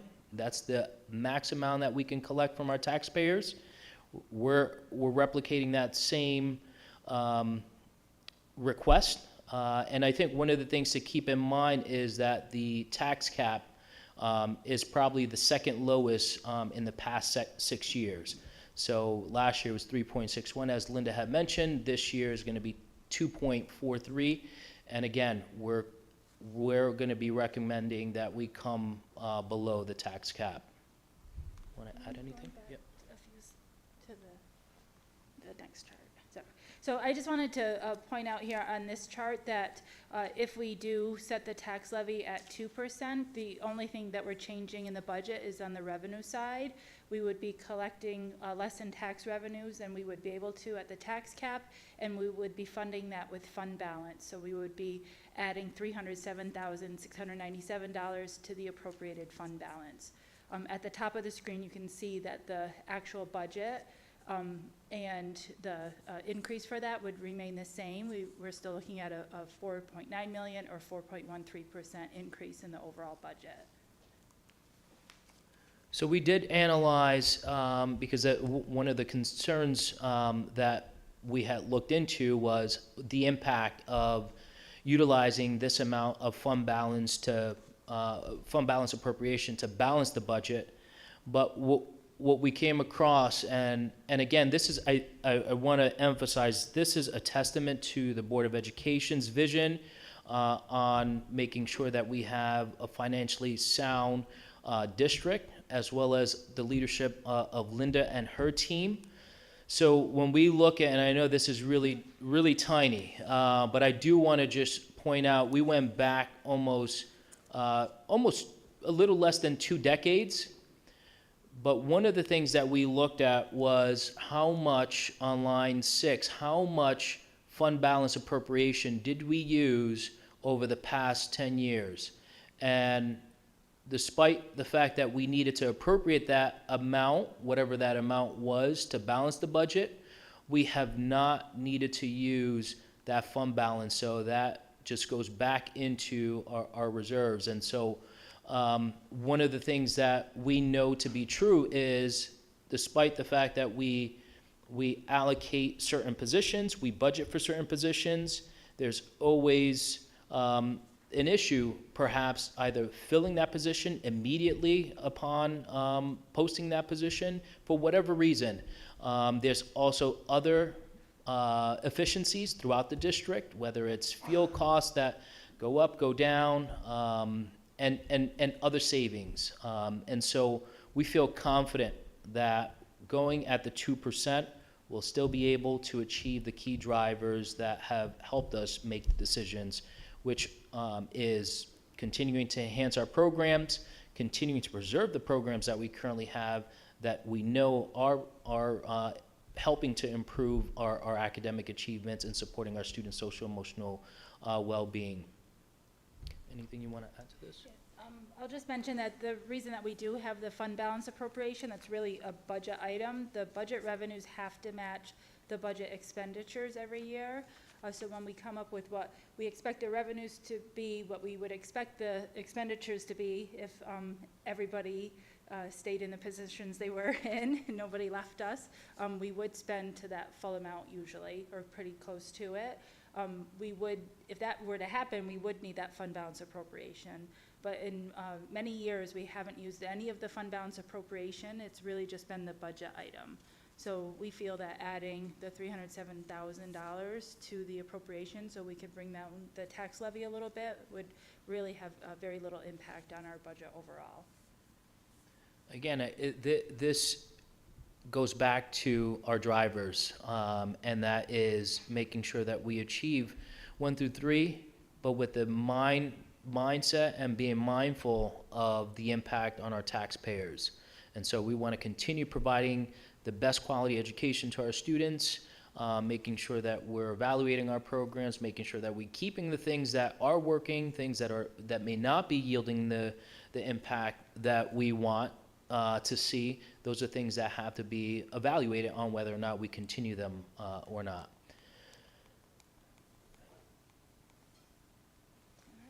So this slide just shows the. Before we move on, can I?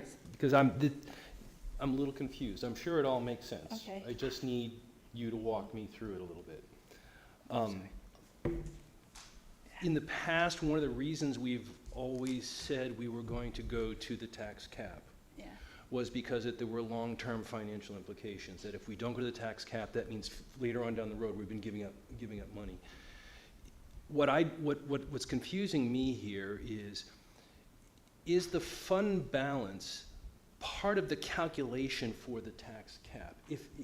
So it can't be based on what I'm seeing here. Right. Okay. Yeah. And so because we have this fund balance, there are not long-term financial implications. Is that what I'm hearing? Well, because we would set the levy below the tax cap, we would have, it would affect the tax levy in the future. Yeah, So for next year, planning for 2026-27 budget, if we were to set the levy at 2%, our base number, the number we start for the tax calculation, would be the 72.2 million rather than the 72.5 million if we were at the cap.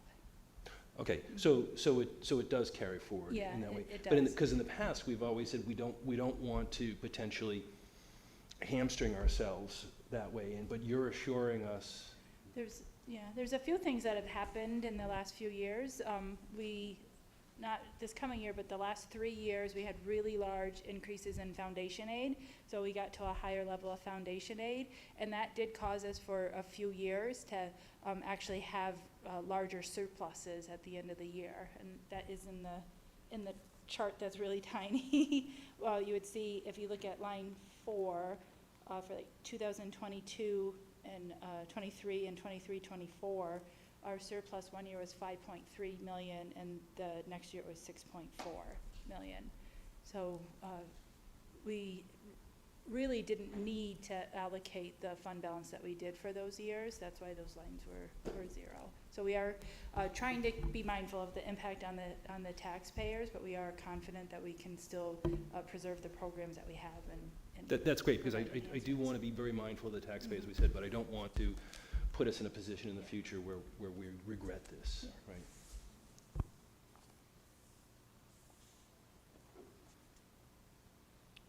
So this slide shows the revenues. There's a few more lines than I would normally show, but I wanted to break out the portion of the revenues that are related to debt service, just because we'll see on the expenditure side that the debt service expenditure is going up quite a bit, about $1 million. But on this slide here, you could see from the second to bottom line the interfund revenues from debt service. and also the line right above it, building aid and transportation aid for bus purchases, those add up to over $1 million. So those actually help offset the increase in the debt service that we'll see on the next page. But here, this chart here assumes that we would set the tax levy at 2%, so that's why the tax amount is increasing by 2%. We do have a line for other revenues, which are really items that aren't state aid or taxes, that it would include interest income and then also charges to other school districts. We do charge other school districts when we have students from other districts attending our schools. And then obviously too, the fund balance appropriation is on that last line. All right. And this slide here shows our expenditures. These are the categories that we always do show our expenditures in. The salaries is on the first line, benefits on the last line, and then everything in between. We are expecting an increase in both these expenditures, but we are offsetting that with decreases to our equipment and some contractual costs. So we did find some savings by moving expenditures into BOCES, and there was also some reduction in the equipment overall. And also I'll say a difference from the last meeting that we had is in the employee benefits line. Before, or the last presentation, the assumption in benefits was that the health insurance cost would increase by 7.98%, but DHIC, which is the Dutchess Educational Health Insurance Consortium, met last week, and they set the rates at an overall, like a blended rate of 6%. So that has been decreased and reflected here. Another item that we tend to add to our budgets every year is a capital outlay project.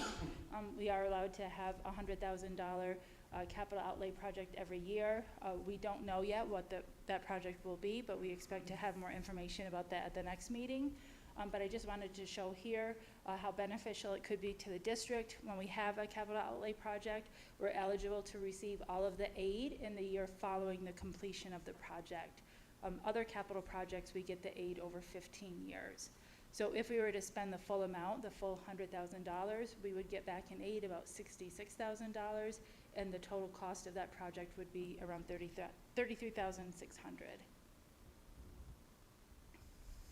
We are required to show the budget in the three components, the program, admin, capital. If any of the budget amounts change, this will change slightly too, but here we're showing that the program budget is about 76.2% of the total budget, the administrative costs are 9.95%, and capital is 13.78%.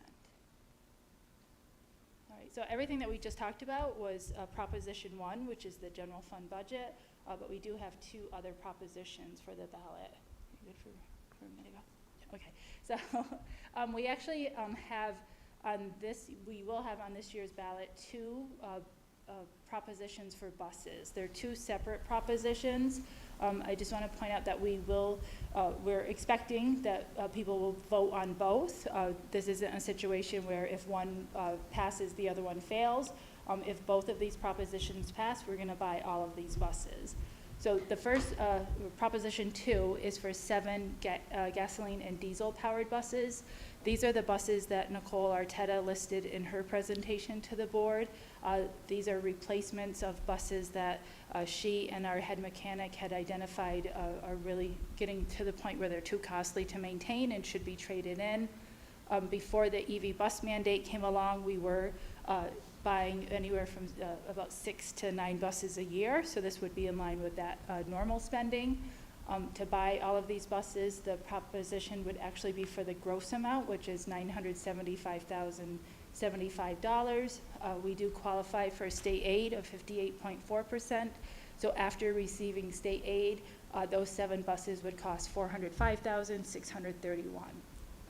The next proposition, or Proposition 3, would be for 9 EV buses. So we did have the vote just in November where we asked the voters to approve the purchase of 17 EV buses. The reason we had that vote is we had been awarded 17 EPA grants, but we were also awarded 9 additional NSBIP grants through NYSERDA. As you may remember, we were trying to stack those grants. That proposition failed, but we still have the ability to use the NYSERDA grants. One thing that we learned recently is that New York State will provide aid on those buses before we apply the NSBIP grants. So because the aid would be applied on the total gross amount of the buses, the $4.5 billion for those 9 buses, in the end, these buses wouldn't cost anything to the taxpayers. We would have to upfront the amount of $2.2 million. We would expect to take that from capital reserve. We're not asking to borrow that. And then we would get back in aid over 8 years, the $2.2 million, for a total net cost after aid of $0. I think the one thing that we wanted to mention on this particular side is that voters would need to vote for both propositions. So for proposition number 2 and for proposition number 3. Mm-hmm. These were just, we kept these slides in there for the board and the community just to see the requests that did come in, that we applied a prioritization process, and then the fact that we were able to leverage a lot of our grant funds to be able to support some of the requests that did come in. And so those particular slides are still there. We won't go through that. At this time, we're going to switch over to actually the last slide, which is, there it is. So this is the calendar. I'll say there is a mistake on it. I realized this evening that we have the adoption of propositions on the next meeting, but that's obviously on tonight's agenda. The board will be adopting the bus propositions, and also there's a proposition for the general fund as it is without the dollar amount. That gets added in when you adopt the property tax report card in April. So at the next meeting, we'll have another budget presentation, and there's even one more after that before we have to ask the board to adopt the budget. And that concludes our presentation. Any questions? Just a quick question. Just in regard to the bus propositions, could you just clarify, what did you mean they have to vote on both? They're 2 separate propositions. Right, they're separate. In the past, we would have all of our buses in Right, one proposition. We decided to separate the EV buses out from the diesel and gasoline powered buses. We don't want people to think it's like a one or the other. So if both of these propositions pass, we're going to buy all of the buses. So you can't vote yes, no, or no, They- yes? No, you well, can't. people You can. could, but if one fails and the other passes, we'll just buy the buses for the proposition that passes. But if both pass, we would buy all of the buses. Okay. Yeah, the proposition, it's totally separate. I've seen some school districts, and we actually talked about doing it last year, where we would have a proposition saying, like, if proposition 2 fails, would we have the approval to move forward? We're not doing that. Yeah, so Ed Spence is, going to come in and vote. He's going to see proposition number 2. He votes yes for proposition 2, looks at proposition 3 on the ballot, votes yes. And now we have 2 yeses. So we would purchase the buses, and then we would move forward with making sure that we leverage the grants that we received to move forward with the purchase of the electric buses, which, as you know, will take some time, but we'll eventually get that set number of buses onto our fleet, which will also be considered as part of our replacement plan, which every so often we're going to need to replace the buses that we have. Does that make sense? I think so. So in other words, if the majority it's a simple majority for proposition 2 or proposition 3, right? So if most voters say yes to 3 or yes to 2, and the other one is majority say no, yes, it would be that option. Correct. Okay, that's all I was asking. Thank you. Yep. My only question is, anticipating some potential confusion like this, can we switch the order? Can we make proposition 2 the EV and proposition 3?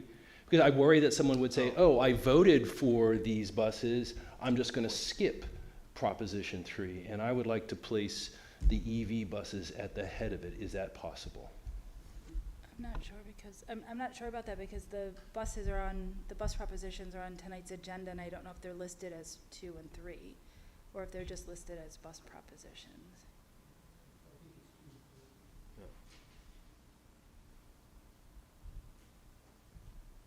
So would that take an agenda amendment, or would we have to table it? Yeah, we would have to do that. Yeah, I don't think you can table it because I think we need But to we could have amend, them- we could amend the Yes. agenda tonight. So I could make a motion, for example, Mr. President, that we change the numbering of these propositions before we vote on them, such that Proposition 2 is the electric-powered buses, and Proposition 3 is gasoline and diesel-powered buses. What is the rationale?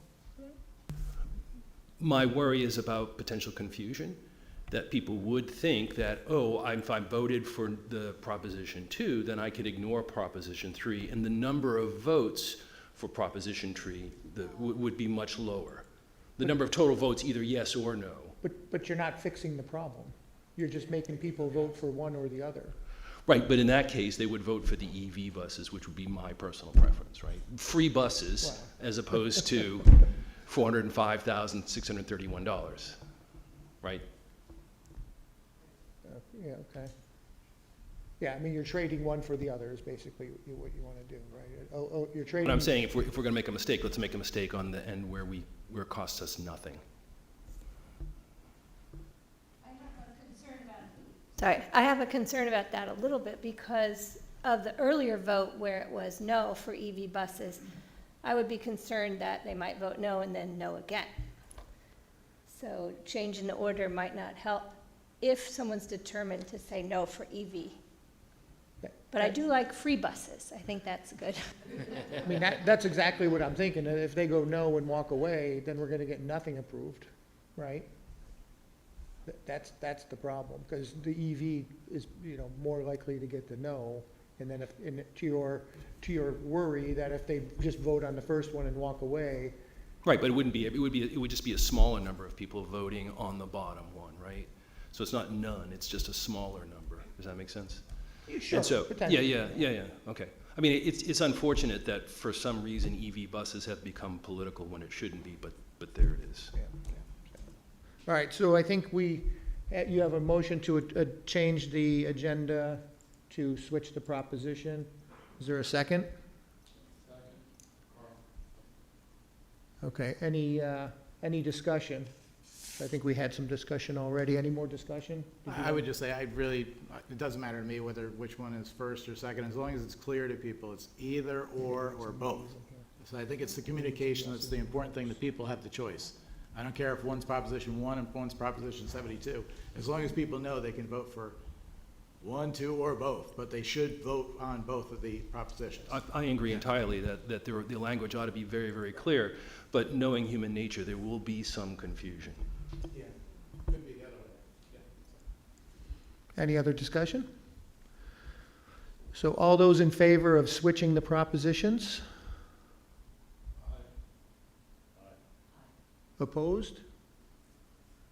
Motion carried. I think, did you, I didn't see your hand. What did you do? It was 4-3. Yes. Carl. I opposed, Ed opposed, and Katie opposed. And then everybody else approved. Okay, so, all right, so we have,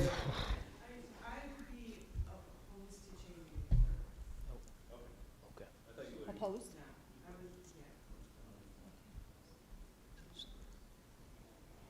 Change the wording to just, instead of EV buses, free buses. so you changed your vote to oppose the motion to switch.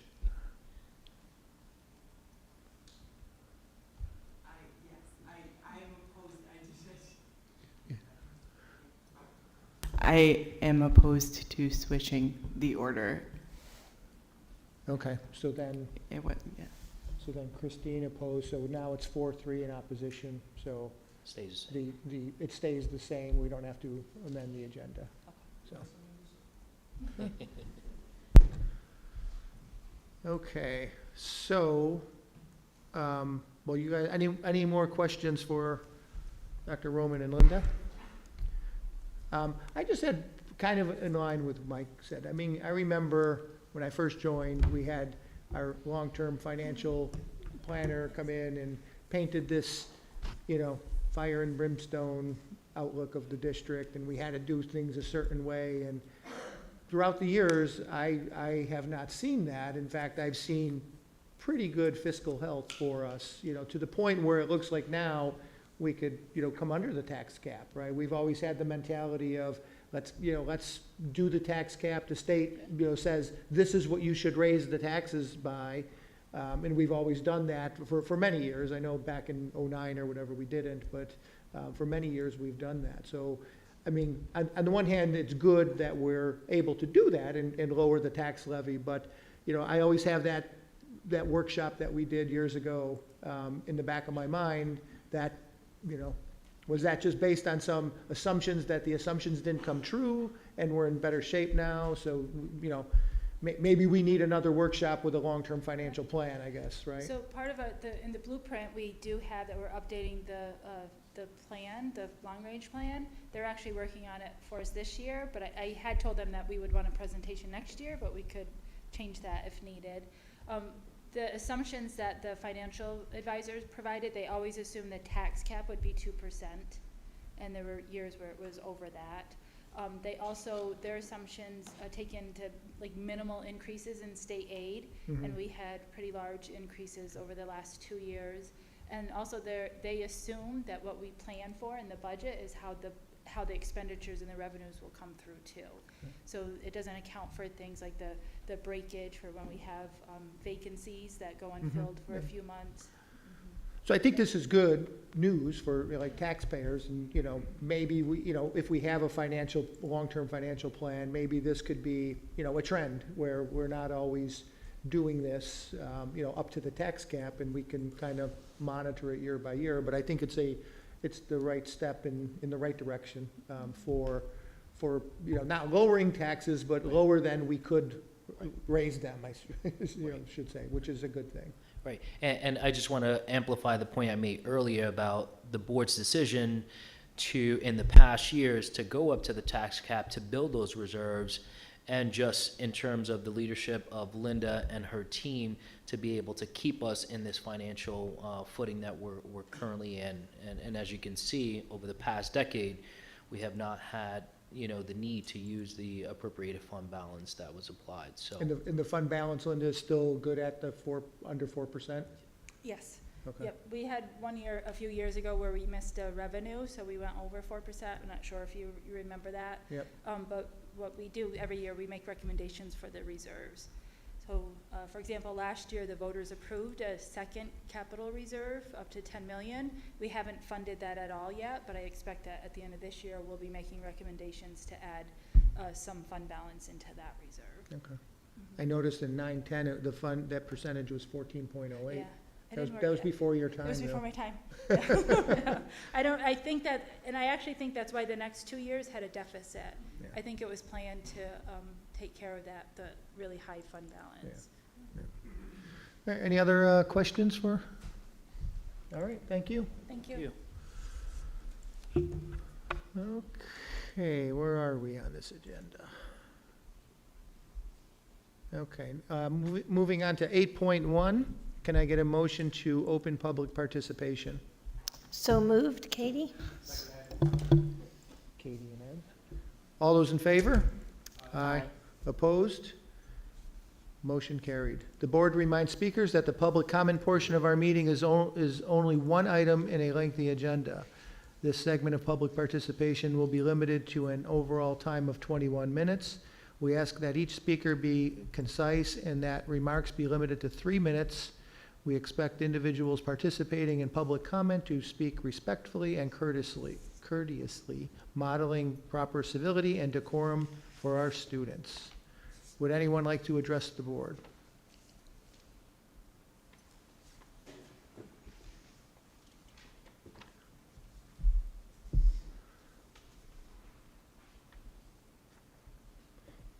And just so you know, I won't cut you right off at 3, but I'll kind of wave my hand. Fantastic. Thank you. Good evening. My name is Bryce Holland, and I am seeking your consideration for election to the Duchess Bosse's Board of Trustees. I attended Arlington Central School District, and I recently graduated from the University of Virginia, Having done a self-designed major I titled Cradle to Career Education, something that was inspired by the famous Harlem Children's Zone. On March 5th, I was nominated by the Poughkeepsie City School District Board of Education for the BOCES Board of Trustees, which I have the honor of serving the Poughkeepsie City School District in my employment at the collective impact nonprofit organization, the Poughkeepsie Children's Cabinet, if you haven't heard of us. When I was in college, I was soulful and sentimental. I knew I wanted to study education to help children. Having been born into poverty in the city of Poughkeepsie, I felt I had something to owe to the kids who were just like me, who may not get to go to college, as I did. During college, I avidly searched for a silver bullet, the answer in education so that all children, no matter their backgrounds, can grow up to have successful careers. And I was constantly thinking about this powerful statistic that 80% of a child's waking hours in a year are spent outside of school. I say all that to express, firstly, that I'm a proud native of the city of Poughkeepsie and resident of Dutchess County. Secondly, it was to explain my personal commitment and belief in the power of BOCES programs such as Career Technical, Adult Education, Resilience Academy, and Special Education to eliminate opportunity gaps across the county. BOCES serves a vital role in helping students with diverse learning needs to achieve their goals and ultimately realize this dream of socioeconomic mobility for all of our children, emphasis on all. So for me to be home on a mission to eliminate opportunity gaps is both very purposeful and personal to me. In this polarized age, where fear and crises are normalized, no solution has ever made more sense to me than the importance of local work like education, uniting communities together with the understanding that for our children, as well as our democracy, neighbors must work hand in hand against adversity. I believe Dutchess County can be a model of that, so that they can inspire others to do the same. In America, where place-based cultures thrive, where each and every person is passionately doing their part in their communities, I think would be a much kinder America, one better prepared to face the challenges of our time. So to that end, I hope you will consider me for your nomination and vote for the BOCES Board of Trustees. I'm deeply thankful for my education and its opportunities that led me to my passion in education and local advocacy. So it would be my honor to be of service to all of you on the BOCES board. If you haven't already received my resume and cover letter, please let me know. But with that, thank you very much. Thank you. Anyone else?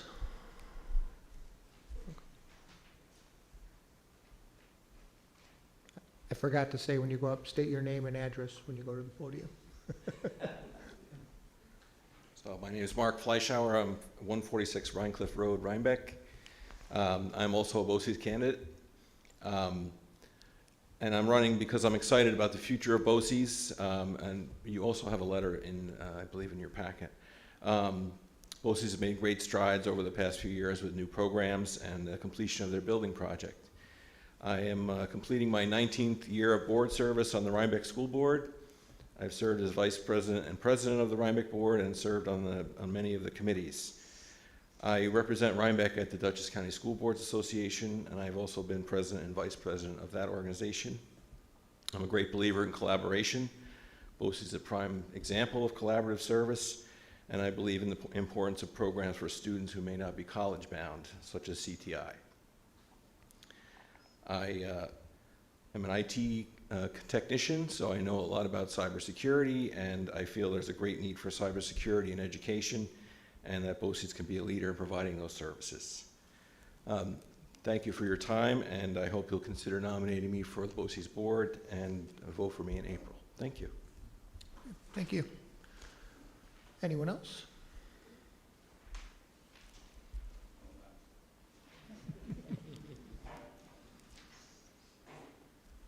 Good evening, Mr. President, Superintendent, Trustees. Gully Stanford, 181 Marshall Road, just welcome to my neighborhood. Proud Hyde Park resident and determined, regardless of how you number them, to vote in favor of all three of your propositions in May. But I'm also here because I'm also running for election to the BOCES board. It's been my honor to serve there now for 5 years. Thank you for your confidence in me the last time around. Would greatly appreciate your nomination and on April the 22nd, your vote. It's really been the privilege of my life to have served as a trustee there at the BOCES, and I come with good news if you haven't seen it already in the headlines, but the Board of Trustees has appointed Dr. Jody DeLucia to be our district superintendent. We believe she's the first woman superintendent in the history of Duchess BOCES, and this being Women's History Month, we're happy to celebrate that. We'll be having, I believe you'll be receiving through the clerk an invitation to a meet and greet on April the 23rd. We hope as many of you as can come and join us to welcome Jody. I think somebody came on a tour earlier this week. Good, I'm very glad you took advantage of that. We are doing tours for trustees. I think the next one is on the 25th of March. So please do take advantage of that. It's very exciting times in the BOCES. The Resilience Academy, the alternative high school, has now about 180 students. It's double what we had in recent years.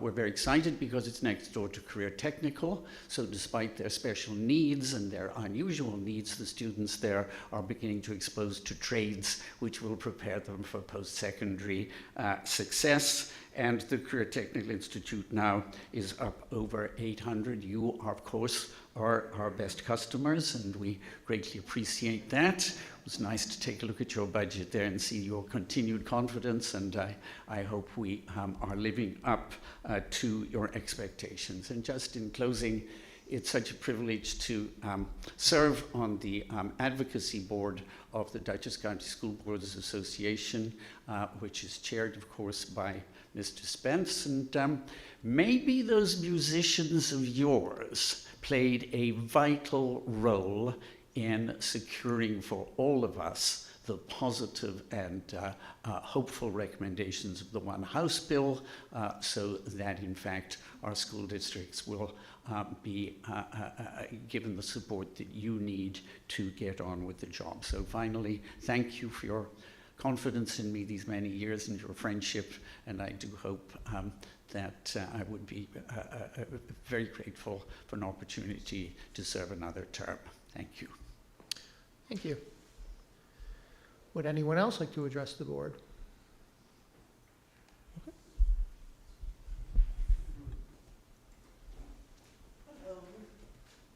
Brittany Decker, 4 Sherwood Lane. I just wanted to say I work part-time at FDR, and I don't know how many of you are going to be attending the conference tomorrow, but they worked very hard to prepare all your breakfasts, so just make sure you thank them.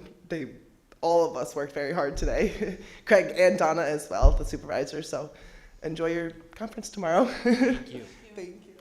Thank you. Anyone else? Okay, at this time we'll close public participation. And thank you for preparing some refreshments for these guys tomorrow. He needs it. And thank you guys for coming here and giving your pitch for a nomination. Appreciate it. Anyone else, any comments? All right. Moving on to 9.1, board subcommittee reports. So audit met, and we talked about our internal audit focus areas for this year. I don't know if we heard back from them, or we're going to wait until we hear back from him to see before we publicize it. So we had a couple of topics that we put forward to see if the auditor can do something in that area. We also are going to put out an RFP for our external auditing firm. So we do that every 3 years? 5 years. 5 years we do this, 5 years is up, so we'll put out an RFP to see who comes back. We typically change those every 5 years, or at least put out the RFP. And then lastly, we looked at our claims audit process, trying to do a couple of things, see if there's a firm that we can put an RFP out for them actually being our claims auditor, a CPA firm, or maybe the RFP would train our internal claims auditors, there. So Linda's going to put out a couple of RFPs in that area as well. So stay tuned. Anything else, Carl? No, you got it. All right. Dutchess County School Boards Association met on 3/6. Ed? So, as Mike said, we want to welcome our representatives here. Two of my colleagues are here from Dutchess County Schools Boards, of course, Mark and Gully, two excellent individuals who've dedicated their life to education, so we're very happy to see you here. So Gully stole some of my thunder, but as he mentioned, there's a couple events that are coming up, as he already talked about. Don't forget also, if you're considering running for your local board, to contact your local board clerk. I'm looking at the official notes, and whether you want to attend the tour of the BOCES itself, whether you want to possibly attend the training for new board members, or whether you want to attend any of these events that I've been emailing, that is supposed to go through the board clerk and so forth, so just contact your local board clerk. At our last meeting, what we talked about is mostly, we had a round table. We talked about cell phones in schools, and it kind of runs the gamut about what people are doing across the county and across the regions. Some people have partial bans, some people are trying full bans, some people are having the teacher handle it in their classroom, some people are trying more of a district policy with something called pouches and so forth. So it really, really runs the gamut. The most important thing we all agreed upon is to get out in front of it, with, again, the governor talking about this pending decision in the fall, and kind of educate your faculty and staff, educate your community about options and things you're thinking about. That's the most helpful thing. We also talked about budgets in general. No district in Dutchess County is proposing to go over the 2%, so-called 2% tax cap.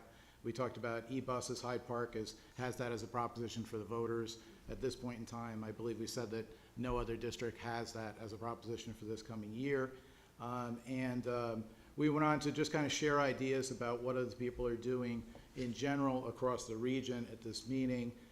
The one other note was Weebatuck is looking to collect data on childcare options across the county, and they'll be reaching out to all the different district clerks to try to collect some data about what people are doing to be creative in that regard. So, Gully, Mark, you can tell me if I missed anything. Thank you. Thanks, Ed. ZEV, what is that? Oh, zero emission vehicle, met on 3/7.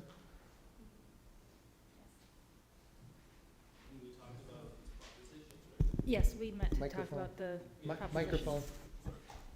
We meant to talk about, that's right, now I recall, to finalize, it was our second conversation about these propositions, what we would bring to the board tonight. And so you have seen the result of that meeting. Good. Any other committee reports? The tech committee met on 3/5 with Richard Wirt, and they discussed a survey that he conducted through the faculty, and he summarized the survey, and he also came up with a list of items that were priorities in technology, and he has specified that he's going to try to go to each school in the next few months, I guess, or before the end of the school year, and also suggested a kind of in-service, which was a training program for teachers that are interested in different programs such as Kami, Kahoot, cybersecurity, AI, Quizlet, and I think was mentioned today in the presentation, Book Creator and Epic. So that was something that was sort of floated as an idea. I think time is the issue, though. When would they have the time to do such a thing? It sounded like a great idea. And I think Melissa Lawson addressed the committee about a grant for Lego robotics, and they certainly supported that idea. Okay, good. Any other committee reports? Code of conduct met, and just continuing the work it's kind of hard to explain because there's a lot of work happening on understanding how we're going to meet the needs of our students. So I think next meeting, it sounds like I'll have a little more to report on. But it's Which committee was it? Code of Conduct. Oh, okay. And it's, we do have student representatives still, so it's nice to be hearing their voice, and they're very vocal, and they're sharing their opinions. Some teachers, staff, so. Okay, thank you. Any other committee reports? All right. Moving on to 9.2, board discussion, including consent agenda items. So I had one discussion item for you, Liz. How are we coming along on the whole, looking at the process to, elect, nominate and elect the school board member at the school? So I think we met a couple weeks ago, and I think we finalized that it would be more open to other students and wouldn't just be based off nominations, but rather submitting an application. I brought it up to the student government, and they kind of agreed and thought it was a better way to make it available for other students. So we were able to finalize that. So it's open to more upcoming seniors rather than it being a nomination. Okay. Does it require any change to our existing policies from the board?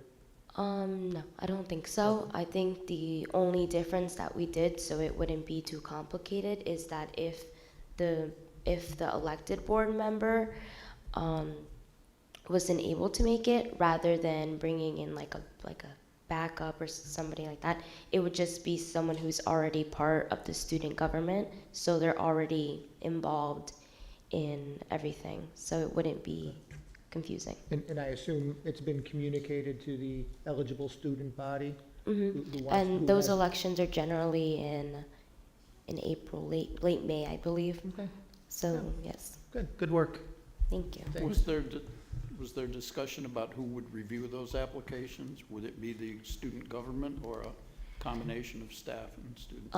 Yes, I think we agreed that we would have a member of each class, so the freshman, sophomore, junior, and previous board member, board representative would be part of that committee, just to kind of have a student input of those who are already part of student government.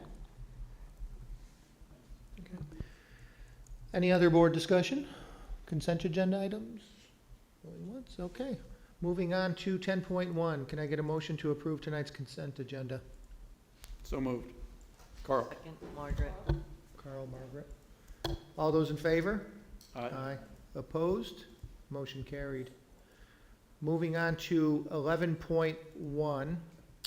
So this is for our Dutchess County BOCES Board candidate nominations. So let's see, let me read here. Be it resolved, the Hyde Park Central School District nominates the following candidates to run for Dutchess County BOCES Board at their April 22nd, 2025 BOCES annual meeting. Further, the board authorized the district clerk to certify that a board resolution was adopted and will complete the 2025 nomination form on behalf of the Hyde Park Central School District Board of Education and submit said form to Dutchess County BOCES before the deadline of March 21st. The board's nominations will reflect that the board has, or will reflect that the board has no recommendations. So it looks like we get to nominate as many as we can or want to, right? So we could nominate none or all three or anywhere in between. So either should we, if somebody wants to make a motion, or do we want to do it individually, or do we want to do it all at once, or how do we want to do it? I would move that we nominate all three. Okay, so we got a motion to nominate all three. Second. Second, so Mike is the Tibbetts, and then I think Margaret, you were second. Okay, any discussion? No, I appreciate that you're here and that you all spoke. There's a range of experience, and we wish you all well, but thank you so much for coming and sharing your thoughts with us. Yep, I echo that sentiment. Thank you for coming. I think we have three very good candidates here who are passionate about education, so, any other discussion? All right, all those in favor? Aye. Aye. Opposed? Motion carried. Congratulations, you guys have our nomination. All right, 11.2, Proposition 1, estimated expenditures of the district for the 25-26 school year, the budget. So moved. Carl? Second, Tibbetts. Any discussion? I'd just like to say good job to you and Linda on getting this ready. I think it was a very, very efficient process, and I think also kudos to the staff for not overwhelming you again with requests. So I think last year they were trying to initiate you, and I think this year everybody, was a little more responsible in the requests. So I thank everybody who participated. Any other discussion? All those in favor? Aye. Opposed? Motion carried. 11.3, Proposition 2, purchase of school buses, the bus replacement plan. Can I get a motion? And this is for the Proposition 2 will be the gas-powered buses, gas and diesel. So moved. Katie? Katie and Ed. Any discussion? All those in favor? Aye. Opposed? Motion carried. 11.4. You caught up? Okay. 11.4, Proposition 3, purchase of electric school buses, part of the bus replacement plan. Can I get a motion? So moved. Carl? Second, Tibbetts. Carl. Carl and Tibbetts. Any discussion? I just want to say kudos again for identifying 9 buses for free, right? I mean, next time I go car shopping, I'm going to bring you along. So. I was going to say, and I also appreciate that we're giving voters a choice, that a lot of work went into looking at, not just being financially sound, but that we're giving voters a choice. Good. Any other discussion? I agree with that 100%. That's all about the voter choice. That's great. Great comment. All those in favor? Aye. Aye. Opposed? Motion carried. 11.5, legal notice for the 25-26 budget vote and board member election, followed by the annual meeting of the district. Can I get a motion? So moved, Tibbetts. Tibbetts and Carl. Any discussion? All those in favor? Aye. Opposed? Motion carried. Moving on to 12.1, second public participation. Can I get a motion? So moved. Carl? Second, Margaret. Yeah. Carl, Margaret. Yeah. Okay. Any discussion? All those in favor? Aye. Aye. Opposed? Motion carried. Would anyone like to address the board? Same rules apply as the first one, except only 12 minutes total. All right, at this time, we'll close public participation. 13.1, any other matters deemed necessary by the board? All right, we don't need a second executive session. So at this time, can I get a motion to adjourn tonight's meeting? So moved, Ed. Second. Katie? Ed and Katie. All those in favor? Aye. Opposed? Motion carried. Meeting adjourned.